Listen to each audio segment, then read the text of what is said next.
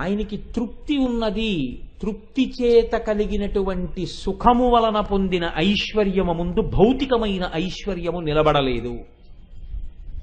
నీవు ఎన్ని సుఖములను పొంది ఇంకా తృప్తిలో లేవు. ఆయన ఏవి లేవని నువ్వు అనుకుంటున్న పూర్ణమైన తృప్తితో ఆయన ఉన్నాడు. అన్నీ ఉండి నువ్వేది పొందలేకపోతున్నావో, ఏమీ లేవని నువ్వు అనుకుంటున్న ఆయన తృప్తితోనే ఉన్నాడు. ఎవరు ఐశ్వర్యవంతుడు? కాబట్టి ఎవరి స్థాయిలో వాళ్ళని ఐశ్వర్యవంతుల్ని చేస్తుంది. ఒకడు జ్ఞానము చేత ఐశ్వర్యవంతుడు కావాలనుకుంటాడు, ఒకడు భక్తి చేత ఐశ్వర్యవంతుడు కావాలనుకుంటాడు, ఒకడు సంపద చేత ఐశ్వర్యవంతుడు కావాలనుకుంటాడు. ఎవడు ఎలా కావాలనుకుంటున్నాడో అటువంటి ఐశ్వర్యాన్ని ఆవిడ ఇవ్వగలదు కాదు. అర్థమును ఇస్తుంది కానీ అది ధర్మబద్ధమైన అర్థమై ఉంటుంది.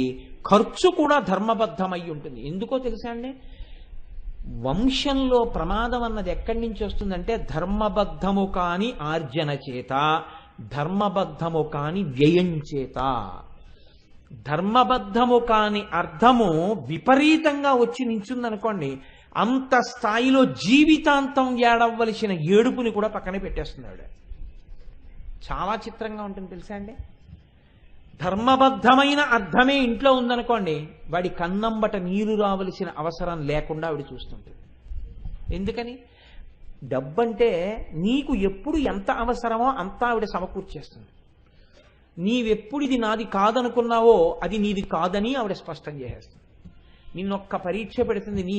నీది కాని దానికి నువ్వు వెంపర్లాడతావా? నాది కానిది నాకు అక్కర్లేదమ్మా నువ్వు నిలబడగలిగితే ఆవిడ నిన్ను అనుగ్రహిస్తుంది. అర్థము ధర్మముతో ముడివేస్తుంది, కామము ధర్మముతో ముడివేస్తుంది. అర్థము ధర్మముతో, కామము ధర్మముతో ముడిపడిపోతే నాలుగో పురుషార్థం మోక్షం వచ్చేస్తుంది. అంతే. వసిన్యాది దేవతలు అమ్మవారిని స్తోత్రం చేస్తూ అంటారు, నవచంపక పుష్పాభ నాసాదండ విరాజిత అని పిలిచారు. అమ్మవారి యొక్క ముక్కు గురించి మాట్లాడుతున్నారు. మాట్లాడుతూ దానికి ఉపమానం ఏమి వేయవచ్చు, అమ్మవారి యొక్క ముక్కుతో పోలికకి ఏ వస్తువుని తీసుకురావచ్చు అంటే, వారికి తోచినంతలో బహుశಃ వారన్నారు నవచంపక పుష్పాభ నాసాదండ విరాజిత. ఆ నామం కూడా మధ్యలో ఎక్కడ ఆపకూడదు, పూర్తిగా ఒక్కసారే పలకవలసి ఉంటుంది. 16 అక్షరాల నామం. ఇందులో నవచంపకము అంటే అప్పుడే విరిసినటువంటి సంపంగి పువ్వు. నవచంపక పుష్పాభ అంటే అటువంటి కాంతి కలిగినటువంటి, అటువంటి సదృశమైనటువంటి. నాసాదండ అంటే ముక్కు అనబడేటటువంటి దండము. ఆ ముక్కు పైన ఒక దండము, ఒక పుల్లని ఆశ్రయించినట్టుగా ఉంటుంది కాబట్టి నాసాదండ విరాజిత, అలా శోభిల్లుచున్న తల్లి అని పిలిచారు. ఇక్కడ మీరు ఆలోచించండి, వసిన్యాది దేవతలు అమ్మవారి ముక్కుని పోల్చవలసి వస్తే వాళ్ళు ఎంచుకున్నటువంటి ఉపమానం నవచంపకమును స్వీకరించారు. నవచంపకము అంటే అప్పుడే విరిసినటువంటి సంపంగి పువ్వు అని మీకు నేను మనవి చేసి ఉన్నాను. సంపంగి పువ్వు అనేటప్పటికీ లోకంలో వచ్చే ఇబ్బంది ఏమిటంటే 2 రకాల సంపంగి పువ్వులు ఉన్నాయి.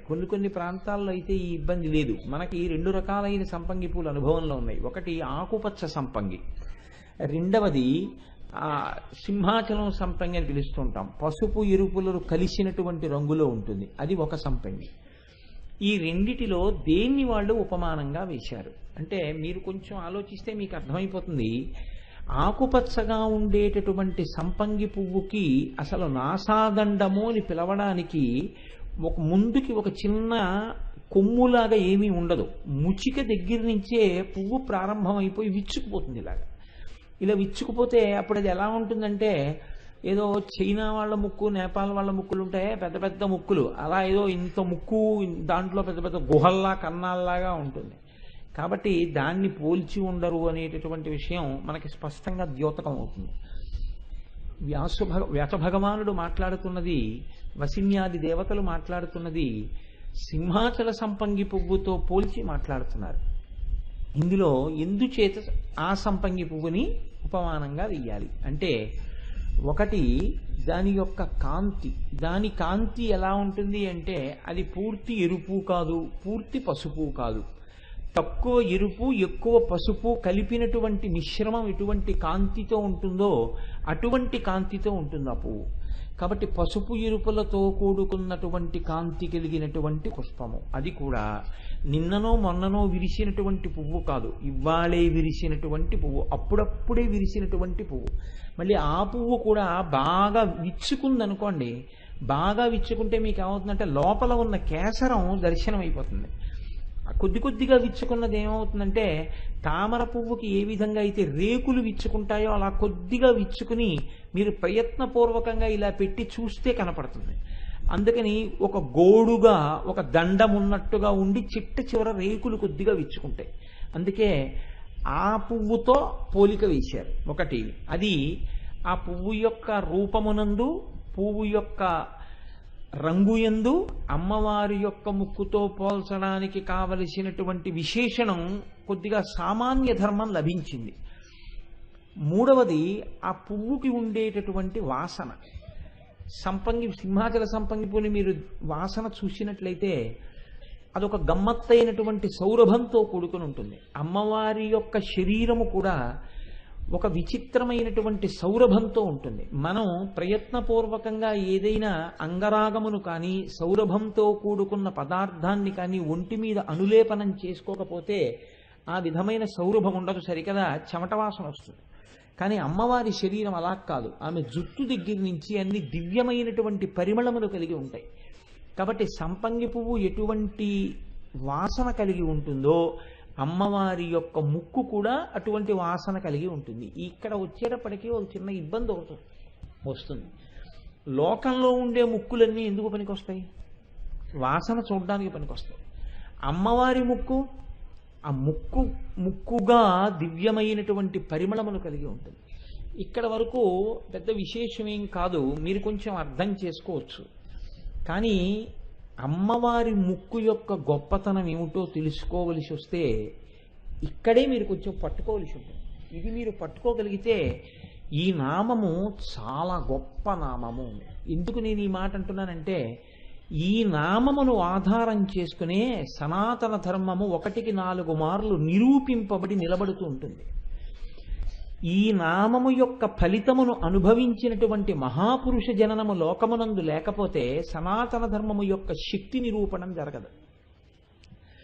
ఆ కోణంలో ఆ నామం చాలా గొప్పది. అందుకే ఇవాళ అందరూ అమ్మవారి దర్శనం చేసుకుని వెళ్ళండి. నేనైతే అసలు ఆ శ్లోకాన్ని అమ్మవారి దర్శనం చేయకుండా చెప్పకూడదని ఇవాళ దర్శనం చేసుకొచ్చి మీ ముందు కూర్చున్నాను. కనుక చూడండి, ఇప్పుడు ముక్కు అనేటటువంటిది మీరు ఒక్కటి కొంచెం జాగ్రత్తగా పరిశీలన చేస్తే ముక్కు ఏం చేస్తుంది అంటే, వాసన అన్నది పక్కన పెట్టండి, ముక్కు ఊపిరికి చిహ్నము కదండి. ముక్కు ఊపిరికి చిహ్నం. మిగిలినటువంటివి కళ్ళు చూడడం లేదు అనుకోండి, నిద్రపోయాడు కనురెప్ప వేసేసి ఉంది, ఏమైనా ఇబ్బంది ఉందా? ఏమీ లేదు. నాలుక రుచిని తెలుసుకోవట్లేదు అంటే నాలుక యందు రుచి చెప్పగలిగిన శక్తి ఉపసంహారం అయిపోయింది. ఇప్పుడు ఏమైనా ప్రమాదం ఉందా? ఏమీ లేదు, నిద్రపోతున్నాడు. స్పర్శేంద్రియం తెలియట్లేదు, ఇబ్బంది ఉందా? ఏమి ఇబ్బంది లేదు. కానీ ముక్కు ఊపిరిని తీసి ఊపిరి వదిలిపెట్టట్లేదు అనుకోండి, అంటే ప్రమాదం వచ్చేసిందని గుర్తా కాదా? అమ్మ కడుపులో ఈ శరీరం అంతా ఏర్పడుతుంది, కానీ ఈ శరీరము అమ్మ కడుపులోంచి బయటికి వచ్చిన తర్వాత ఇది ఉన్నది అనడానికి ఏమిటి గుర్తు? ఊపిరి పీల్చడమే. ఈ శరీరము అయిపోయినది ఏమిటి గుర్తు? ఊపిరి ఆగడం. ఇప్పుడు మీరు ఆ కోణంలో చూసినప్పుడు నిరాకారమైనటువంటి అమ్మవారు సాకారమును పొందడానికి ఆధారమేమి? ఆ ముక్కు చేతనే తెలుస్తుంటుంది. ఆ ముక్కు దేన్ని సంకేతిస్తోంది అంటే నిరాకార స్వరూపిణి అయిన అమ్మవారు, అంతటా నిండి నిబిడీకృతమైనటువంటి అమ్మ ఒక ఆకారమును తాను స్వీకరించడాన్ని ఆ ముక్కు చెప్తుంది. ఒక ఆకారం తీసుకున్న అమ్మవారు ఆ ఆకారాన్ని అక్కడతో పూర్తి చేయడాన్ని ఆ ముక్కు చెప్తుంది. మీరు కొంచెం జాగ్రత్తగా దీన్ని పట్టుకున్నారో లేదో, ముక్కు ఊపిరిని అనగా పుట్టుక, ముక్కు ఊపిరి ఆగిపోవడం, శరీరం పూర్తయిపోవడం, శరీరాన్ని అక్కడతో వదిలిపెట్టడం చెప్తుంది. అయితే అమ్మవారు ఎప్పుడైనా ఒక రూపాన్ని తీసుకుందనుకోండి, మనలా కర్మ కోసం తీసుకోదు ఆవిడ. మనం చేసినటువంటి కర్మల యొక్క ఫలితాన్ని ఆధారంగా చేసుకుని మనం ఒక శరీరాన్ని తీసుకుంటాం తప్ప ఇందులో ఇచ్చ ఏమి ఉండదు. నేను ఇలా మనిషిగా పుడదాము అంటే నా ఇచ్చ ఏం అక్కడ పనికిరాదు. నేను చేసుకున్న కర్మలను అనుసరించి ఈశ్వరుడు నాకు శరీరాన్ని ఇస్తాడు. మీరు ఒక్కటి బాగా జ్ఞాపకం పెట్టుకోవాల్సింది, లోకంలో ఒక తప్పుడు ప్రచారం ఒకటి ఉంది. పునర్జన్మ అనేటటువంటి దాని మీద మీకు కాదు కదా, ఈశ్వరుడికి కూడా అధికారం లేదు. బహుశః పరమేశ్వరుడికి అధికారం లేనిదంటూ సృష్టిలో ఉంటే పునర్జన్మ యందు ఒక్కదాని మీదే. ఈశ్వరుడికి మీకు ఏ జన్మ ఇవ్వాలన్న దాని మీద అధికారం లేదు, ఆయన ఇవ్వలేడు. ఎందుకో తెలుసా అండి? మీరు ఏ భాష్యమైనా చూసుకోండి, అదే చెప్తుంది. మీరు బ్రతికి ఉన్నంతకాలం ఏం చేశారో దాన్నే చిట్ట చివర మనసు పట్టుకుంటారు. అందుకే గురువులు నీకు స్వప్నంలో ఏమొస్తోందని అడుగుతుంటారు. జాగృతిలో ఉండగా దేన్ని పట్టుకుంటాడో స్వప్నంలో అదే కనపడుతూ ఉంటుంది. ఇప్పుడు మనిషి ఆఖరణ ఊపిరి ఆగిపోయే ముందు ఊపిరి మీద మనసు ఆధారపడుతుంది. ఊపిరి లేకపోతే మనసు ఉండదు. కాబట్టి ఇప్పుడు ఈ ఊపిరి ఆడుతుండగా ఆఖరి ఊపిరి తీసేటప్పుడు మనసు ఆఖరి ఊపిరిలో దేన్ని సంకల్పం చేసిందో అది వాడికి అత్యంత ప్రీతిపాత్రమైన వస్తువు అని గుర్తు. అదే తీర్పు. ఈశ్వరుడు దాన్ని ప్రమాణంగా తీసుకుంటాడు. ఆఖరి ఊపిరి నాడు ఏం చేశాడు దాన్ని బట్టి పునర్జన్మ ఉంటుంది తప్ప ఈశ్వరుడేం ప్రమేయం పెట్టుకోడు. నీకు మళ్ళీ మనుష్య జన్మనిస్తాను, నిన్ను మళ్ళీ ఇలా పుట్టిస్తాను, అలా పుట్టిస్తాను, ఎక్కడా ఉండదు. అలా ఎవరైనా చెప్తే పరమ దోషభూయిష్టమైన వ్యాఖ్యానము ఎక్కడా లేదు. శంకరాచార్యులు వారంతటి వారు అందుకే జన్మ గురించి మాట్లాడలేదు. నరత్వం దేవత్వం నగవన మృగత్వం మశకత పశుత్వం కీటత్వం భవతు విహగత్వాది జననం సదాత్వత్పాదాబ్జ స్మరణ పరమానందలహరీ విహారాసక్తం చేద్రూదయమిహ కింతే నవపుషా అని అడిగారు. ఈశ్వరుడు మీకు అనుగ్రహించేది ఏది అంటే ఏ ఉపాధిలో ఉన్నా భక్తిని అనుగ్రహిస్తాడు. భక్తి ఉంటే మోక్షాన్ని అనుగ్రహిస్తాడు ఆయన తలుచుకుంటే. ఒక సాలెపురికి ఇవ్వాలా, ఒక పావుకి ఇవ్వాలా, ఒక ఏనుక్కి ఇవ్వాలా, ఇస్తాడు. నాకు ఈ పునర్జన్మ ఈ ఫలానాదిగా పుట్టించు, నాకేం సంబంధం లేదని చెప్తాడు. నాకేమి సంబంధం లేదు, అలా ఇవ్వడం కుదరదని చెప్తాడు. కాబట్టి మన చేతుల్లో ఎలా పుట్టాలి అన్న దాని మీద అధికారం ఉందా? ఇలా పుట్టడానికి ఒక ఉపాసన అన్నది ఏదైనా ఉందా? రెండూ లేవు లోకంలో. అలా మీకేం చెప్పలేరు. మీకు తెలియకుండా చేసినటువంటి ఒకానొక కర్మ ఫలితం మిమ్మల్ని ఎక్కడో పుట్టించచ్చేమో, కానీ ఇలా పుట్టడానికి నాకేమైనా ఉంటుందా అండి ఉపాసన అంటే లోకంలో ఉండదు. కాబట్టి మీ పునర్జన్మ యందు కానీ మీరు ఒక శరీరంలో ఉండడం విషయంలో కానీ మీకు అధికారము లేదు. మరి ఏమంటే అయితే మేము ఏమైపోవాలి అంటే ఎదరెదర మీరు చూద్దరు కానీ దీన్ని చిట్ట చివరి నామాల్లో చెప్తారు ఈ రహస్యాల్ని. మంచి జన్మలోకి దేని వల్ల పెడతాడు అంటే బతికుండగా చేసినటువంటి కర్మానుష్ఠానమునందు మనసు ఎంత రంజిల్లింది చూస్తారు. మనసు రంజిల్లడం ప్రధానం, దాని కొరకు కర్మ. మీ మనసు ఎంతగా ఆనందిస్తోంది ఒక పని చెయ్యడంలో, మీ మనసు ఆనందించట్లేదనుకోండి, దానివల్ల ప్రయోజనం ఉంటుందా అంటే మనసు ఆనందించడం కోసం ప్రయత్నం తప్ప మనసు ఆనందించని దానికి ఆ చేసినటువంటి పని వలన పెద్ద ప్రయోజనాలు ఏం కలగవు. కాబట్టి మన యొక్క జన్మయందు మనం జన్మని చాలించడమునందు మన యొక్క ప్రమేయము లేదు. ఇది దీన్ని కొంచెం పట్టుకోవలసి ఉంటుంది. కాబట్టి మీరు తాపత్రయ పడిపోతే మీ జన్మ ఉండిపోతుందా? ఉండిపోదు. మీరు తాపత్రయ పడిపోతే మీరు మళ్ళీ కావలసినట్టు పుడతారా? పుట్టలేరు. కాబట్టి జాగరూకత కలిగిన వాడు ఏం చేయాలి? దీపం ఉండగా ఇల్లు చక్కబెట్టుకోవాలి కదా. ఈశ్వరోపాసన ఎక్కువగా చేసుకోవాల్సి ఉంటుంది. ఇప్పుడు మీరు ఈ కోణంలో పరిశీలనం చేసినప్పుడు మనిషికి స్వాతంత్రము లేనిది మళ్ళీ పుట్టుటయందు మరణించుటయందు. అదేంటంటే ఏం చచ్చిపోవాలంటే విషం అయితే చచ్చిపోమనొచ్చు, మహాపాతకము, ఆత్మహత్య దోషం, చంపడానికి నీకు అధికారం లేదు. అలా చచ్చిపోతే ఘోరాతి ఘోరమైనటువంటి స్థితిని పొందుతాడు. కాబట్టి చావడానికి అధికారం లేదు, చావకుండా ఉండడానికి అధికారం లేదు, ఇలా పుట్టడానికి అధికారం లేదు. అమ్మవారి విషయంలో ఇలా పుట్టాలనుకోవడానికి అధికారం ఉంది, ఈ కారణానికి ఈ శరీరాన్ని వదులుతానడానికి అధికారం ఉంది. మీరు కొంచెం జాగ్రత్తగా చూడండి ఆ విషయాన్ని. అమ్మవారు ఒకానొక నాడు దక్ష ప్రజాపతి కోరుకుంటే కూతురుగా పుట్టింది. ఏమయ్యా నీకు నేను కూతురునయ్యాను కాబట్టి అమ్మవారిని కూతురుగా కలిగి ఉన్నవాడు నీకు కీర్తినిచ్చాను దాక్షాయణి అని నా పేరు నీ పేరు మీదే ఉంటుంది. దక్ష ప్రజాపతి కూతుర్ని కాబట్టి దాక్షాయణి. ఇప్పుడు కీర్తి ఎవరికి? నీకు. ఎప్పుడు దాక్షాయణి అన్న శరీరం ఉంచుకోవడానికి ఆవిడ ఇష్టపడలేదు. అనారోగ్యం వల్ల లేకపోతే ఇంకో కారణానికో కాదు ఆవిడ శరీరాన్ని వదిలిపెట్టింది. ఏదో కడుపు నింపి ఎక్కువైపోయిందండి నాకనో, లేకపోతే దరిద్రం అనుభవించలేకపోతున్నానండి అనో, లేకపోతే అప్పులు ఎక్కువైపోయాయండి అనో, ఇలాంటి కారణాలకు కాదు. ఆవిడ దేనికి వదిలిపెట్టింది శరీరాన్ని అంటే దేవతలందరూ కలిసి చేస్తున్నటువంటి దుష్కృత్యమును శంకరుడి ద్వారా ఆపించి పరమశివుడి యొక్క ఆగ్రహము ఎప్పుడుంటుంది అన్నది లోకానికి చవి చూపించాలనుకుంది. నిరీశ్వరయాగం చేస్తే శివుడి పట్ల అమర్యాదగా ప్రవర్తిస్తే శివుణ్ణి రుద్రుణ్ణి చెయ్యగలను నిరూపించడానికి ఆవిడ శరీరం వదిలిపెట్టింది. దక్షుడు నిరీశ్వరయాగం చేస్తున్నాడంటే పోతబానే అన్నాడు శివుడు. అమ్మవారు శరీరం వదిలిందంటే వీరభద్రుణ్ణి సృష్టించాడు. మీరు విన్నారుగా శివమహాపురాణంలో సర్వనాశనం అయిపోయింది. దక్షుడి తలకాయ కూడా తెగిపోయింది. అప్పుడు ఏడ్చారు. ఏడ్చాక మేక తలకాయ పెట్టి మళ్ళీ యజ్ఞం పూర్తి చేయించాడు. ఇప్పుడు అమ్మవారు కోరుకుంటే ఒక ప్రయోజనం కోసం శరీరాన్ని వదిలిపెడుతుంది, ఒక ప్రయోజనం కోసం శరీరాన్ని తీసుకుంటుంది. ఇది ముక్కు చేత సంకేతింపబడుతూ ఉంటుంది. ఇది మీరు చాలా జాగ్రత్తగా పట్టుకోవలసినటువంటి సిద్ధాంతం. అందుకే అమ్మవారి ముక్కుకి మన ముక్కుకి పోలిక లేదు. ఇప్పుడు ఆ ముక్కు వేరొక చోట ఊపిరి పోసుకుంది అంటే నిజంగా ఆవిడికి పుట్టుకుందా, ఆవిడికి ఊపిరి ఆగడం ఉందా? లేవు. అంటే ఇచ్ఛా, ఆవిడ కోరుకుంది. ఎందుకు కోరుకుంది? ఒకానొక నాడు మేనకా హిమవంతులు, ఆయన హిమాలయ పర్వతాలకి స్వరూపమై ఉన్నవాడు, సమస్త పర్వతములకు రాజు. మేనకాదేవి హిమాలయాల మీద తిరుగుతోంది.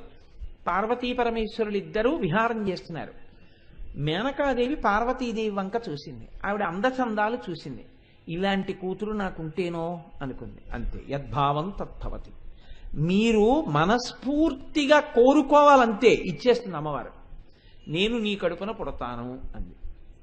కాబట్టి ఇప్పుడు ఏమైంది? అక్కడ దాక్షాయిణిగా శరీరం వదిలిపెట్టింది.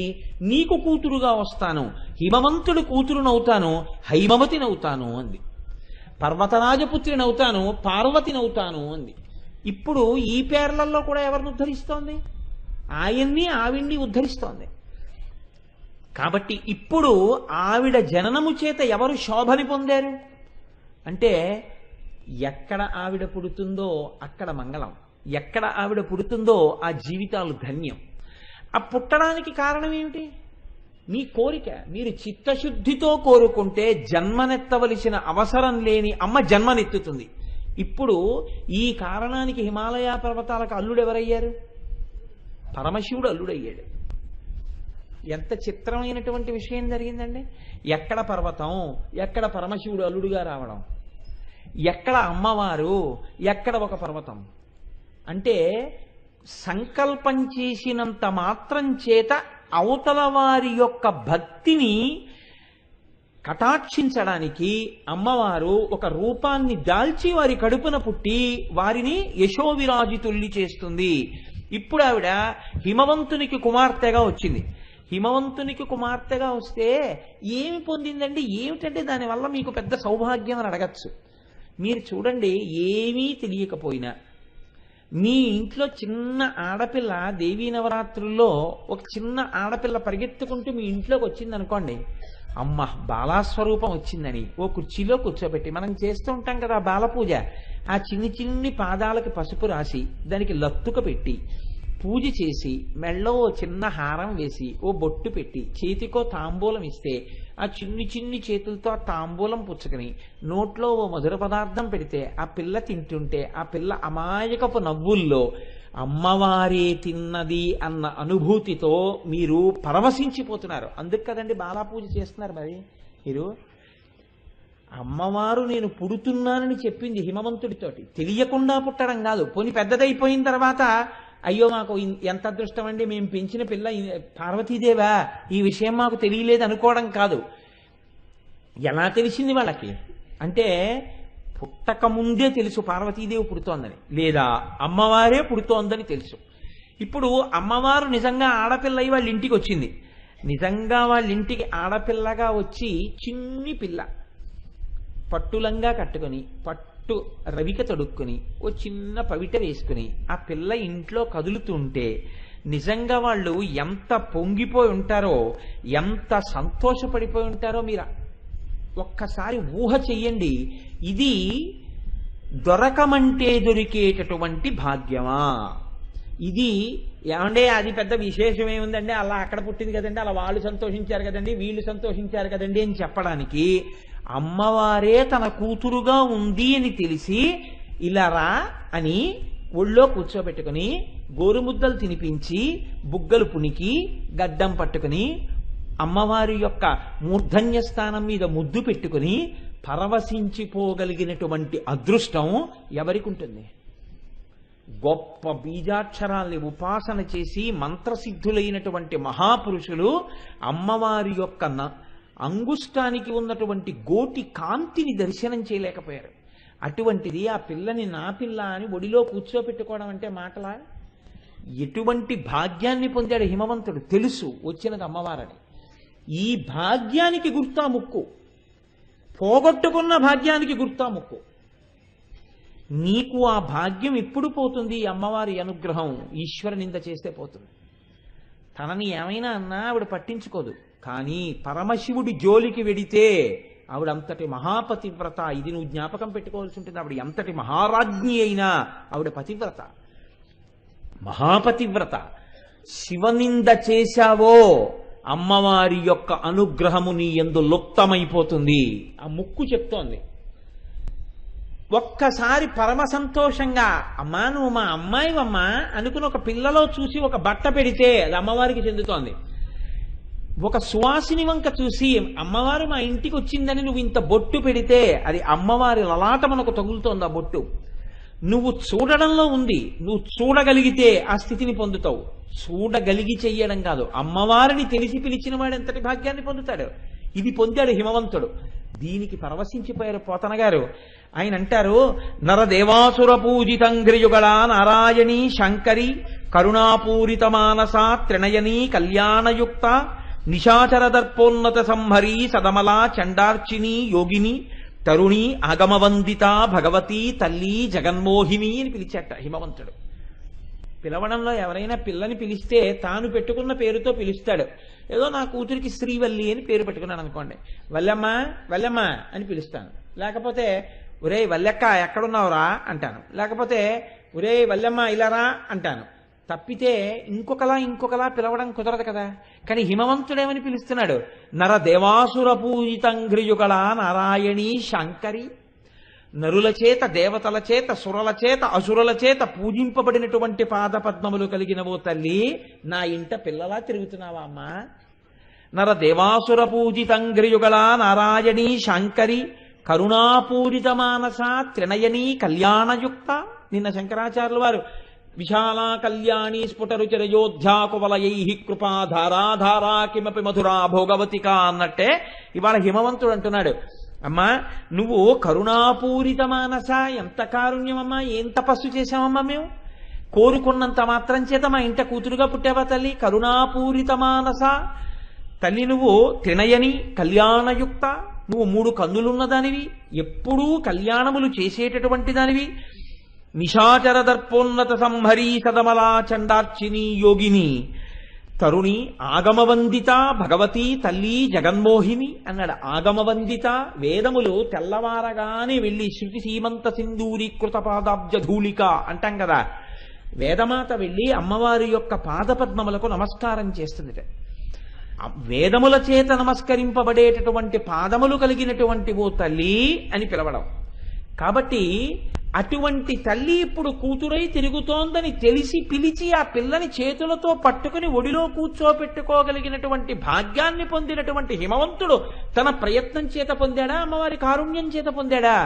ఆ కారుణ్యము మిమ్మలను ఇంతటి యశోవిరాజుతుల్ని చెయ్యగలదని చెప్పగలిగినటువంటి ముక్కు. చిత్రం ఏమిటంటే కూర్చోపెట్టుకుని పొంగిపోతున్నాడు.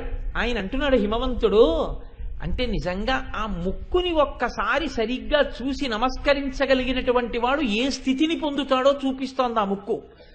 ఆయన అంటున్నాడు, అమ్మా నేను నీకు తండ్రిని. నేనెవరు? హిమవంతుణ్ణి. నేనెవరు? ఒక కొండనమ్మా. నేనొక్క కొండని. కొండ అయినటువంటి నాకు నువ్వు కూతురు అయ్యావు.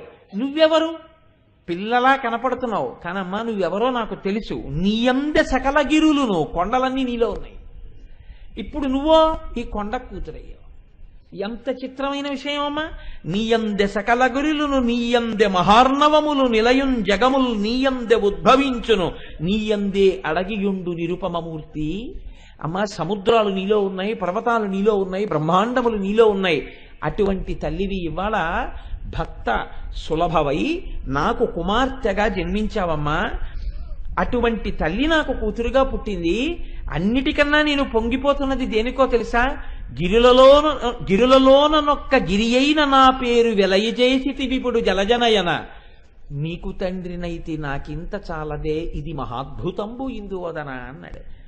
ఏమి మాట అండి, నాకు ఎంత ఇష్టమో ఈ పద్యం అంటే.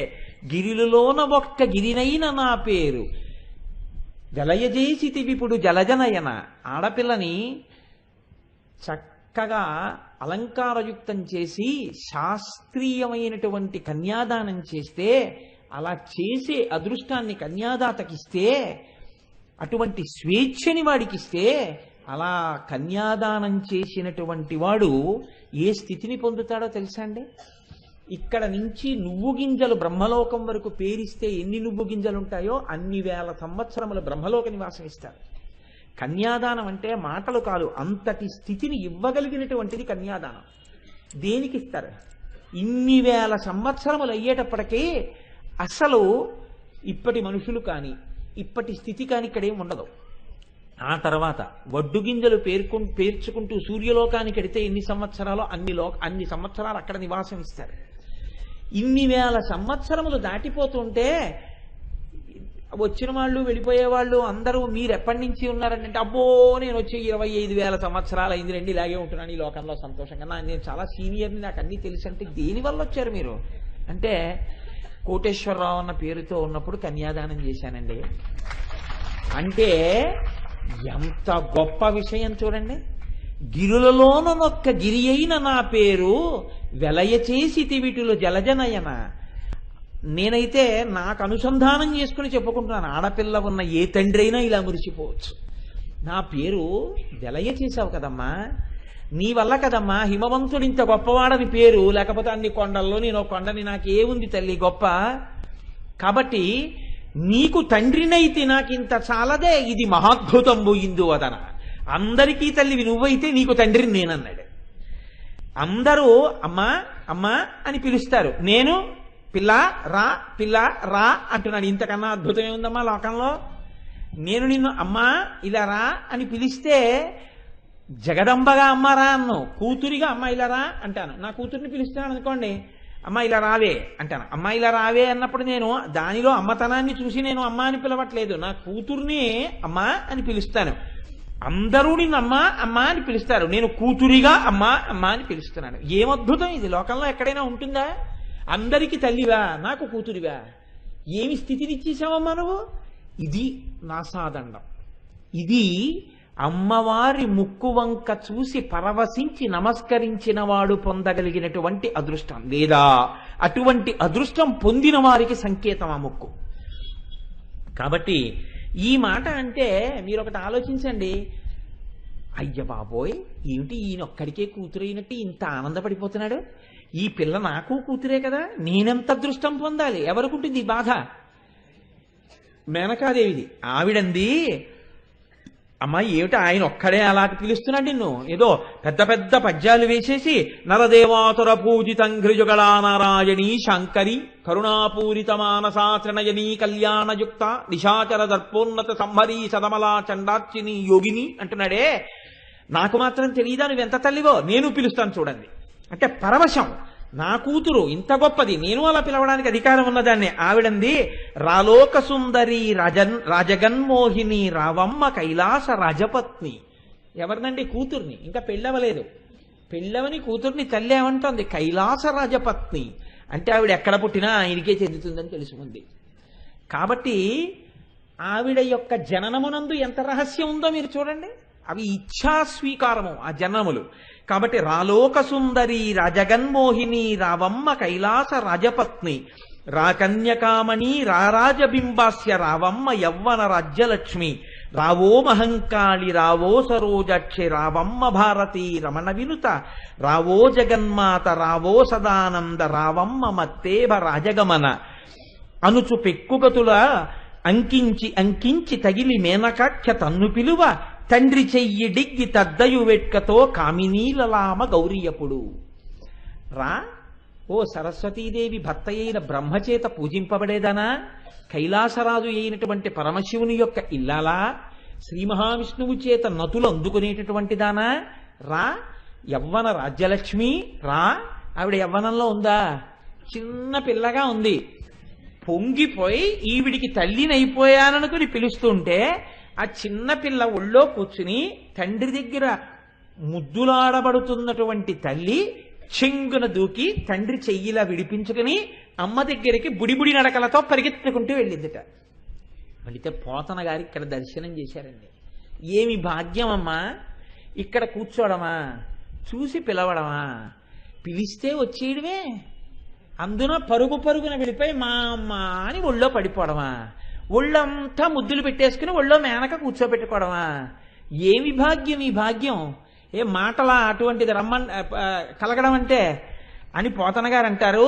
కలహంసనడొలొప్ప గంటల రవమొప్ప రంజిల్లు నూపురా రవమొప్ప పాటించి కట్టిన పట్టు చిందియొప్ప బాలచందుల మీద పయ్యదొప్ప కంఠహారములొప్ప కరకంఠములు నొప్ప గడగ కేయూరాది తొడవులొప్ప సన్నపు నడుమొప్ప సవరైన పిరుదులొప్ప లలిత కనక కుండలములు నొప్ప వాలు చూపులొప్ప నీలాకములొప్ప భూతితోనుదుట త్రిపుండ్రములు నొప్ప చిరుత ముద్దులొప్ప చెక్కిట మెరుగొప్ప తరుణి చేరవచ్చే తల్లి కడకు.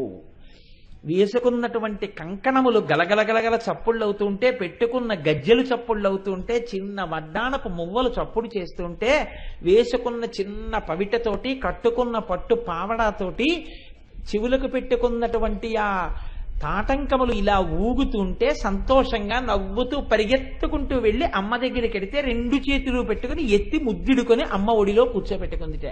ఎంత భాగ్యం ఇచ్చింది, ఎంత భాగ్యం పోగొట్టుకున్నాడు ఇంకో దుర్మార్గుడు. దేనికి పోగొట్టుకున్నాడు? ఈశ్వర నింద చేసి. దేనికి పొందాడు? నువ్వు నా కూతురు అయితే చాలమ్మా అని అడిగినందుకు. ఇంతే అమ్మవారి దగ్గర. మీరు అడగాలి కానీ అది చిన్న కోరికలా కనపడుతుంది, కానీ మీరు పొందేటటువంటి అదృష్టము ఆకాశమే హద్దు. అటువంటి స్థితిని పొందారు.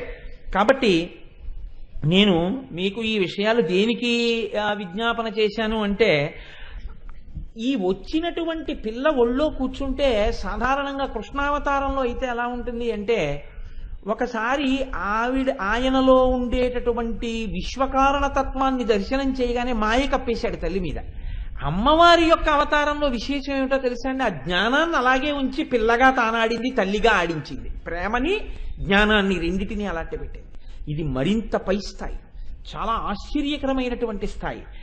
వచ్చినటువంటి పిల్లని చూసి ఆవిడ అంటుంది, కమనీయ మోహన కారభారతి వచ్చే దయతోడ నన్ను కన్న తల్లి వచ్చే, నా కూతురంట లేదు నన్ను గన్న తల్లి వచ్చే, చాతుర్య గాంభీర్య జగతి కన్య వచ్చే, లాలిత సంపద లక్ష్మి వచ్చే, భూరి లోకైక విభూతి దారుణి వచ్చే, మంగళపావన గంగ వచ్చే, తెరగొప్ప దేవాది దేవవల్లభ వచ్చే, మానితంబగు మహామాయ వచ్చే, తల్లి వచ్చెను నన్నేల తల్లి వచ్చే, బాలవొచ్చెను ప్రౌఢైక బాలవొచ్చే, అబల కరుణింప నీతెంచననుచు బిగిచి కౌగిలించెను మేనక గౌరి చూచి.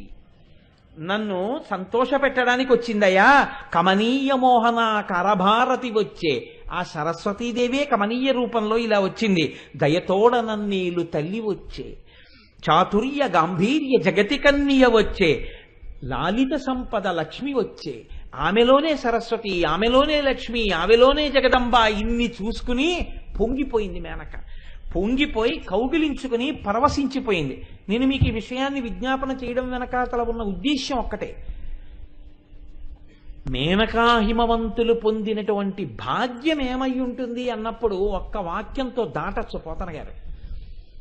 వాళ్ళు చేసుకున్నటువంటి తపఫలితంగా అమ్మవారు ఆ ఇంట పిల్లయ్యి ఆడింది అని. కానీ ఆయన పరకాయ ప్రవేశం చేశారు. అది అమ్మవారి అనుగ్రహం. పోతన గారికి ఇచ్చి వాళ్ళప్పుడు ఏ ఆనందాన్ని పొందారో ఆ ఆనందాన్ని చూడగలిగిన హృదయం ఇచ్చి ఆయన ద్వారా రేపు లోకం తెలుసుకుని సంతోషించాలని ఆయన ఘంటమునందు ప్రవేశించి పద్యరూపాన్ని పొందితే ఈనాడు ఆ పద్యాన్ని మనందరం చదువుకుని ఆ ఆనందానికి పొంగిపోతున్నాం. నేను ఎందుకు ఈ విషయాన్ని, ఈ పద్యాలను ఇవాళ మళ్ళీ చదివానో తెలుసా అండి? నీకేం తెలుసు, ఈ సభలో ఎక్కడో ఏదో ఒక హృదయం పరవశించిపోవచ్చు.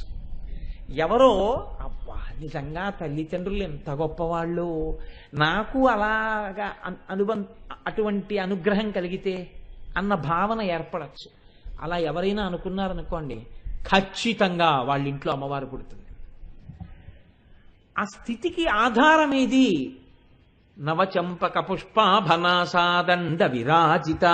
దాని శక్తి అమ్మవారిలా అనుగ్రహించడం. దాని శక్తి ఇంకొకటి ఉంది. ఊపిరికి కదా ముక్కు సంకేతిస్తాం. వాసన ఊపిరికి అంతర్గతమేనండి. ఊపిరితోనేగా వాసన చూస్తారు మీరు. ఊపిరిని విడిచి వాసన చూడడం, వాసన చూడడానికి ఊపిరి కాక వేరొక సాధనాన్ని స్వీకరించడం కుదరదు. ఊపిరి వాసన రెండింటినీ ఏకీకృతమయ్యే స్వీకరిస్తాం మనం. అమ్మవారి ఊపిరి, మన ఊపిరి మీరు బాగా ఆలోచించండి. మన ముక్కు అనొకసారి వదిలి అని పీల్చాను అనుకోండి, నా ఆయుర్దాయం తరిగిపోతుంది. నేను ఒక్క ఊపిరి తీసి ఒక ఊపిరి వదిలితే నా ఆయుర్దాయం తగ్గిపోతుంటుంది. ఎందుకంటే నాకు ఇన్ని ఊపిరిలు అని ఇస్తాడు పరమేశ్వరుడు. నేను ఆ ఊపిరులు తీసి ఊపిరులు విడిచిపెట్టడంలో నా ఆయుర్దాయం పూర్తయిపోతుంటుంది. కానీ ఆ ఊపిరి, అమ్మవారు కూడా ఊపిరి తీసి ఊపిరి వదులుతుంది. దేంతో? ఈ ముక్కుతోటే. కాబట్టి ఇప్పుడు ఈ ముక్కు నా ఆయుర్దాయమును నిర్ణయించగలిగినటువంటి చిహ్నము. మీరు బాగా పసిగట్టారో లేదో, ఈ ముక్కుయే నా ఆయుర్దాయమునకు సూచన. అమ్మవారి ముక్కులోంచి వచ్చేటటువంటి ఊపిరి ఆవిడ విడిచిపెడుతుంది, ఆవిడ ఊపిరి తీస్తుంది. ఆవిడికి ఉచ్ఛ్వాస నిశ్వాసలు ఉన్నాయి. అవి కూడా అమ్మవారి ఆయుర్దాయానికి సూచనలా? కాదు. మరి ఏమిటవి? అంటే ఏ ప్రయోజనం లేకుండా అలా ఉంటుందా ఊపిరి? మామూలుగా తీసి విడిచిపెట్టడం. లేకపోతే అమ్మవారి ఊపిరికి కూడా ఏదైనా సంకేతం ఉంటుందా? ఆ ఊపిరి ఏదైనా అయి ఉంటుందా? ఏమైనా అయి ఉంటుందా? ఏమై ఉంటుంది? అమ్మవారి యొక్క ఊపిరి, అమ్మవారు విడిచిపెట్టి అమ్మవారు తీసినటువంటి ఊపిరియే శృతి, వేదం. ఎందుకని నేను మీకు తరచు సభల్లో చెప్పా, నేను ముందా నా ఊపిరి ముందా? నేను నా ఊపిరి ఒక్కసారే. నేనే నా ఊపిరి, నా ఊపిరే నేను. నాకన్నా ముందు నా ఊపిరి ఉండదు. నేను పుట్టిన అరగంటకి నాకు ఊపిరి రావడం ఉండదు. నా ఊపిరి నేను ఒక్క కాలంలోనే ఉంటాం. నా ఊపిరి ఎప్పుడు మొదలైందో నా ఆయువు అప్పుడు మొదలైంది. అమ్మవారు ఊపిరిని తీసి విడిచిపెట్టడం అంటే వేదం. ఇప్పుడు అమ్మవారి ముక్కు వంక చూస్తే ఏమిటి వస్తుంది అంటే పురుషార్థ సమన్వయం వస్తుంది అన్నారు. ఎక్కడెక్కడ నువ్వు గాడి తప్పావో అక్కడక్కడ దిద్దుబాటు చేస్తుంది అమ్మవారు. ఆ ముక్కు వంక చూసి నమస్కారం చేస్తే, ఆ ముక్కుని ఈ నామంతో పలికితే ఎక్కడ పోతోంది మనకి అంటే, మనకి పురుషార్థములను ఉన్నాయి. ధర్మ, అర్థ, కామ, మోక్ష. ఇందులో మొదటిది చివరిది మనకు అక్కర్లేదు. పరమప్రీతి ద్వితీయ పురుషార్థము, తృతీయ పురుషార్థము, ఈ రెండింటి మీదే మనకి. రెండో పురుషార్థం అర్థం, మూడో పురుషార్థం కామం. ఈ రెండింటి మీద ఉన్న ఆసక్తి, అసలు ఇంకో రెండు ఉన్నాయని కూడా మనకి తెలియదు. ఇవి రెండు ఉన్నాయని తెలియకపోయినా వాటి కోసం మేము పర్లాట ఉంటుంది. ఇటువంటి వాణ్ణి ఇప్పుడు ఈ అర్థము, కామము, ఈ రెండిటిని నీ జీవితంలో ఆవిడ దూరం చెయ్యదు. బాగా జ్ఞాపకం పెట్టుకోవాలి ఈ విషయం.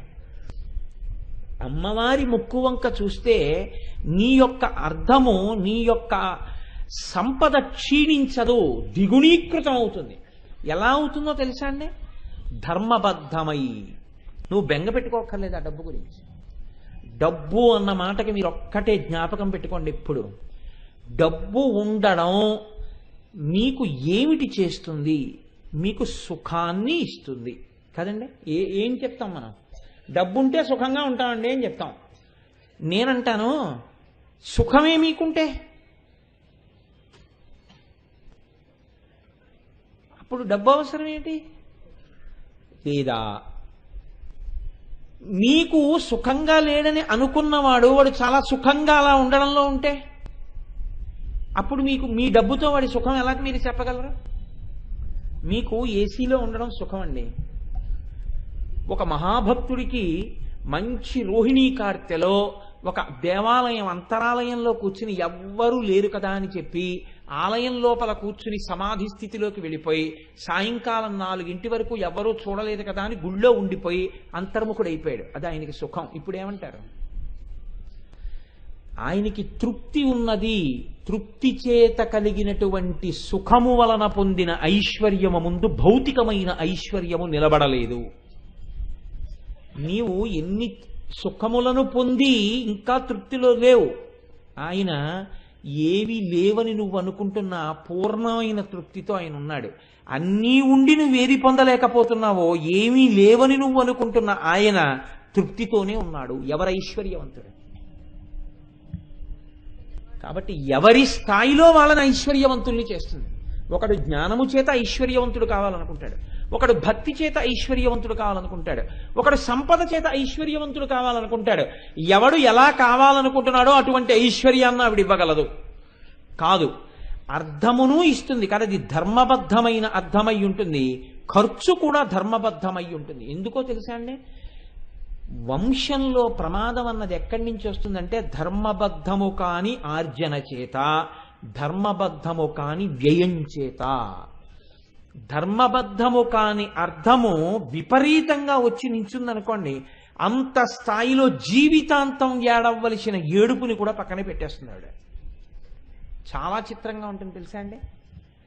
ధర్మబద్ధమైన అర్థమే ఇంట్లో ఉందనుకోండి, వాడి కన్నంబట నీరు రావలసిన అవసరం లేకుండా ఆవిడ చూస్తుంటుంది. ఎందుకని? డబ్బంటే నీకు ఎప్పుడు ఎంత అవసరమో అంతా ఆవిడ సమకూర్చేస్తుంది. నీవెప్పుడు ఇది నాది కాదనుకున్నావో అది నీది కాదని ఆవిడ స్పష్టం చేసేస్తుంది. నిన్నొక్క పరీక్ష పెడుతుంది. నీది కాని దానికి నువ్వు వెంపర్లాడతావా? నాది కానిది నాకు అక్కర్లేదమ్మా నువ్వు నిలబడగలిగితే ఆవిడ నిన్ను అనుగ్రహిస్తుంది. అర్థము ధర్మముతో ముడివేస్తుంది, కామము ధర్మముతో ముడివేస్తుంది. అర్థము ధర్మముతో, కామము ధర్మముతో ముడిపడిపోతే 4వ పురుషార్థం మోక్షం వచ్చేస్తుంది. అంతే. ఈ 2 ధర్మంతో ముడిపడకపోతేనే పునర్జన్మ. ఇవి 2 ధర్మంతో ముడిపడాలంటే అమ్మవారు అనుగ్రహం కలగాలి. అందుకే శంకరాచార్యులు వారు అంటారు, బతకడం అంటే ఏమిటో తెలుసా? వేదో నిత్యమధీయతాం తదుదితం కర్మస్వనుష్ఠీయతాం. ఎవడిష్టం వచ్చినట్టు వాడు చెప్పినది బోధ కాదు, ఎవడిష్టం వచ్చినట్టు వాడు చెప్పినది ధర్మము కాదు. ఎవడి నోటికొచ్చినట్టు వాడు చెప్పేస్తాడు. అవన్నీ ధర్మాలని మీరు అనుకుంటున్నారా? కాదు. శంకరాచార్యుల వారు అవతార పరిసమాప్తి చేస్తున్నారు. అవతార పరిసమాప్తి చేస్తుంటే శిష్యులందరూ వెళ్ళి అన్నారు, మీరు వెళ్ళిపోతున్నారు, అవతారం వెళ్ళిపోతుంది, మాకెక్కడ దొరుకుతారు మళ్ళీ గురువుగారు? మీ అవతార పరిసమాప్తి సమయంలో మీరు ఇచ్చినటువంటి సాహిత్యం మహాసముద్రం. ఒక జన్మ మాకు చాలదు, మీకు 32 ఏళ్ళు సరిపోయాయి, మాకు చాలదు అది చదవడానికి. తేలికగా మాకేమైనా మార్గం చెప్తారా అని అడిగారు. అడిగితే శంకరులు అవతార పరిసమాప్తి చేస్తూ శిష్యుల్ని ఉద్దేశించి చెప్పిన ఆఖరి వాక్కులు ఇవే. వేదో నిత్యమధీయతాం. ప్రతినిత్యం వేదాం గురించి తెలుసుకోండి, చదువుకోండి. తదుదితం కర్మస్వనుష్ఠీయతాం. వేదం ఏం చెప్పిందో ఆ మాటలే నమ్మండి, వేదంలో చెప్పిన విషయాలనే అనుష్ఠానం చెయ్యండి. దుస్తర్కాస్తు విరమ్యతాం. మీకు మాట్లాడడం వచ్చు, వాదించడం వచ్చని వేదంలో చెప్పిన విషయానికి వ్యతిరేకంగా వాదన చెయ్యడం ఆపు చేసేయండి. శృతిమతస్తర్కానుసంధీయతాం. వేదము యొక్క హృదయమును తెలుసుకుని దాన్ని సమర్థిస్తూ మాట్లాడడానికి మీకున్నటువంటి శక్తిని ఉపయోగించండి. శంకరాచార్యుల వారు ఇటువంటి మాటలు ఒక్క 10-11 మాటలు చెప్పి అవతార పరిసమాప్తి చేశారు. ఇందులో మొట్టమొదట ఆయన ఉచ్చరించినటువంటి మొదటి మాట వేదం. వేదో నిత్యమధీయతాం అంటూ మొదలుపెట్టారు. చరమ సందేశానికి చాలా గొప్ప స్థితి ఉంటుంది. శంకర భగవత్పాదులంతటి వారి ఆఖరి మాటలు లోకానికి సందేశం, వేదాన్ని పాటించండి, వేదాన్ని నమ్మండి, వేదం ప్రకారం బతకండి. ఆ వేదం ఎక్కడుంది? అమ్మవారి యొక్క ఊపిరి అయి ఉన్నది. ఇప్పుడు మీరు అమ్మవారి ముక్కు వంక చూస్తే మీకేం వస్తుంది? అమ్మవారు ఎలా బతకాలని కోరుకుని మీకు చెప్పిందో అలా బతికేటటువంటి అనుగ్రహం కూడా వస్తుంది. ఇది అమ్మవారి యొక్క ముక్కుని దర్శనం చెయ్యడం వల్ల వచ్చేటటువంటి మహద్భాగ్యం. అందుకే ఆ నామం చదివేటప్పటికే ఒక్కసారి ఉలికిపాటు వస్తుంది. అయ్య బాబోయ్, ఎంత గొప్ప నామం ఈ నామం! ఈ నామాన్ని గట్టిగా పట్టుకుంటే అమ్మవారే కూతురుగా వచ్చేస్తుంది. ఈ నామాన్ని గట్టిగా పట్టుకుంటే వేదంలో బతకడం వస్తుంది. ఈ నామాన్ని గట్టిగా పట్టుకుంటే అర్ధకామముల సమన్వయం వచ్చేస్తుంది ధర్మంతో. ఈ నామాన్ని గట్టిగా పట్టుకుంటే ఉత్తర క్షణంలో మన జీవితం మారి పరమ పవిత్రంగా బతకగలిగినటువంటి అదృష్టాన్ని కూడా మనం పొందేస్తాం. కాబట్టి ఇటువంటి స్థితిని మనం పొందాలి అని అంటే ఒక్కటే తేలిక మార్గాన్ని అమ్మవారు మనకి వసిన్యాది దేవతల ద్వారా అందిస్తోంది. అదే తల్లిది నవచంపక పుష్పాభనాసాదండ విరాజిత. అయితే మీరు ఇక్కడ నన్ను ఒక ప్రశ్న వెయ్యొచ్చు. ఏమండి, చాలా బాగుంది మీరు చెప్పిన విషయం. ఇదంతా ఎవరికి సంబంధించిన గొప్పతనం? ముక్కుకి సంబంధించిన గొప్పతనం తప్ప సంపంగి పువ్వుది కాదుగా. ఇందులో అమ్మవారి ముక్కుకి ఉన్న ఈ గొప్పతనాల్లో ఏవైనా ఏదో రంగు అన్నారు, వాసన అన్నారు, లేకపోతే అది విచ్చుకోవడంలో లక్షణం అన్నారు, పోల్చారు, బాగుంది. సంపంగి పువ్వుని ఇంత గొప్ప వస్తువుతో పోల్చేటప్పుడు సంపంగి పువ్వుకి కూడా చెప్పదగినంత గొప్ప లక్షణం కూడా ఏదైనా ఉందా అమ్మవారి ముక్కుతో పోల్చడానికి? అంటే దీన్ని సంకేతించడానికి ఒక వస్తువు ఏమిటి? నువ్వు ఊహిస్తే ఎన్నున్నాయో చూడని శంకరాచార్యుల వారు ఇంతకన్నా పై స్థాయిలో మాట్లాడారంటాను నేను. యథార్థం అది. ఆయన ఎంత గొప్పగా మాట్లాడారో తెలుసా అండి. ఆయన అన్నారు అమ్మవారి ముక్కు గురించి మాట్లాడుతూ, అసౌ నాసావంశస్తు హినగిరి వంశధ్వజపటి తదీయో నేదీయ ఫలతు ఫలమస్మాకముచితం వహత్యంతర్ముక్తా శిశిరకర నిశ్వాసగళితం సముర్ధ్యాయత్తా సా బహిరపి సముక్తామణిధర అన్నారు. ఎంత గొప్ప శ్లోకమోనండి సౌందర్యలహరిలో.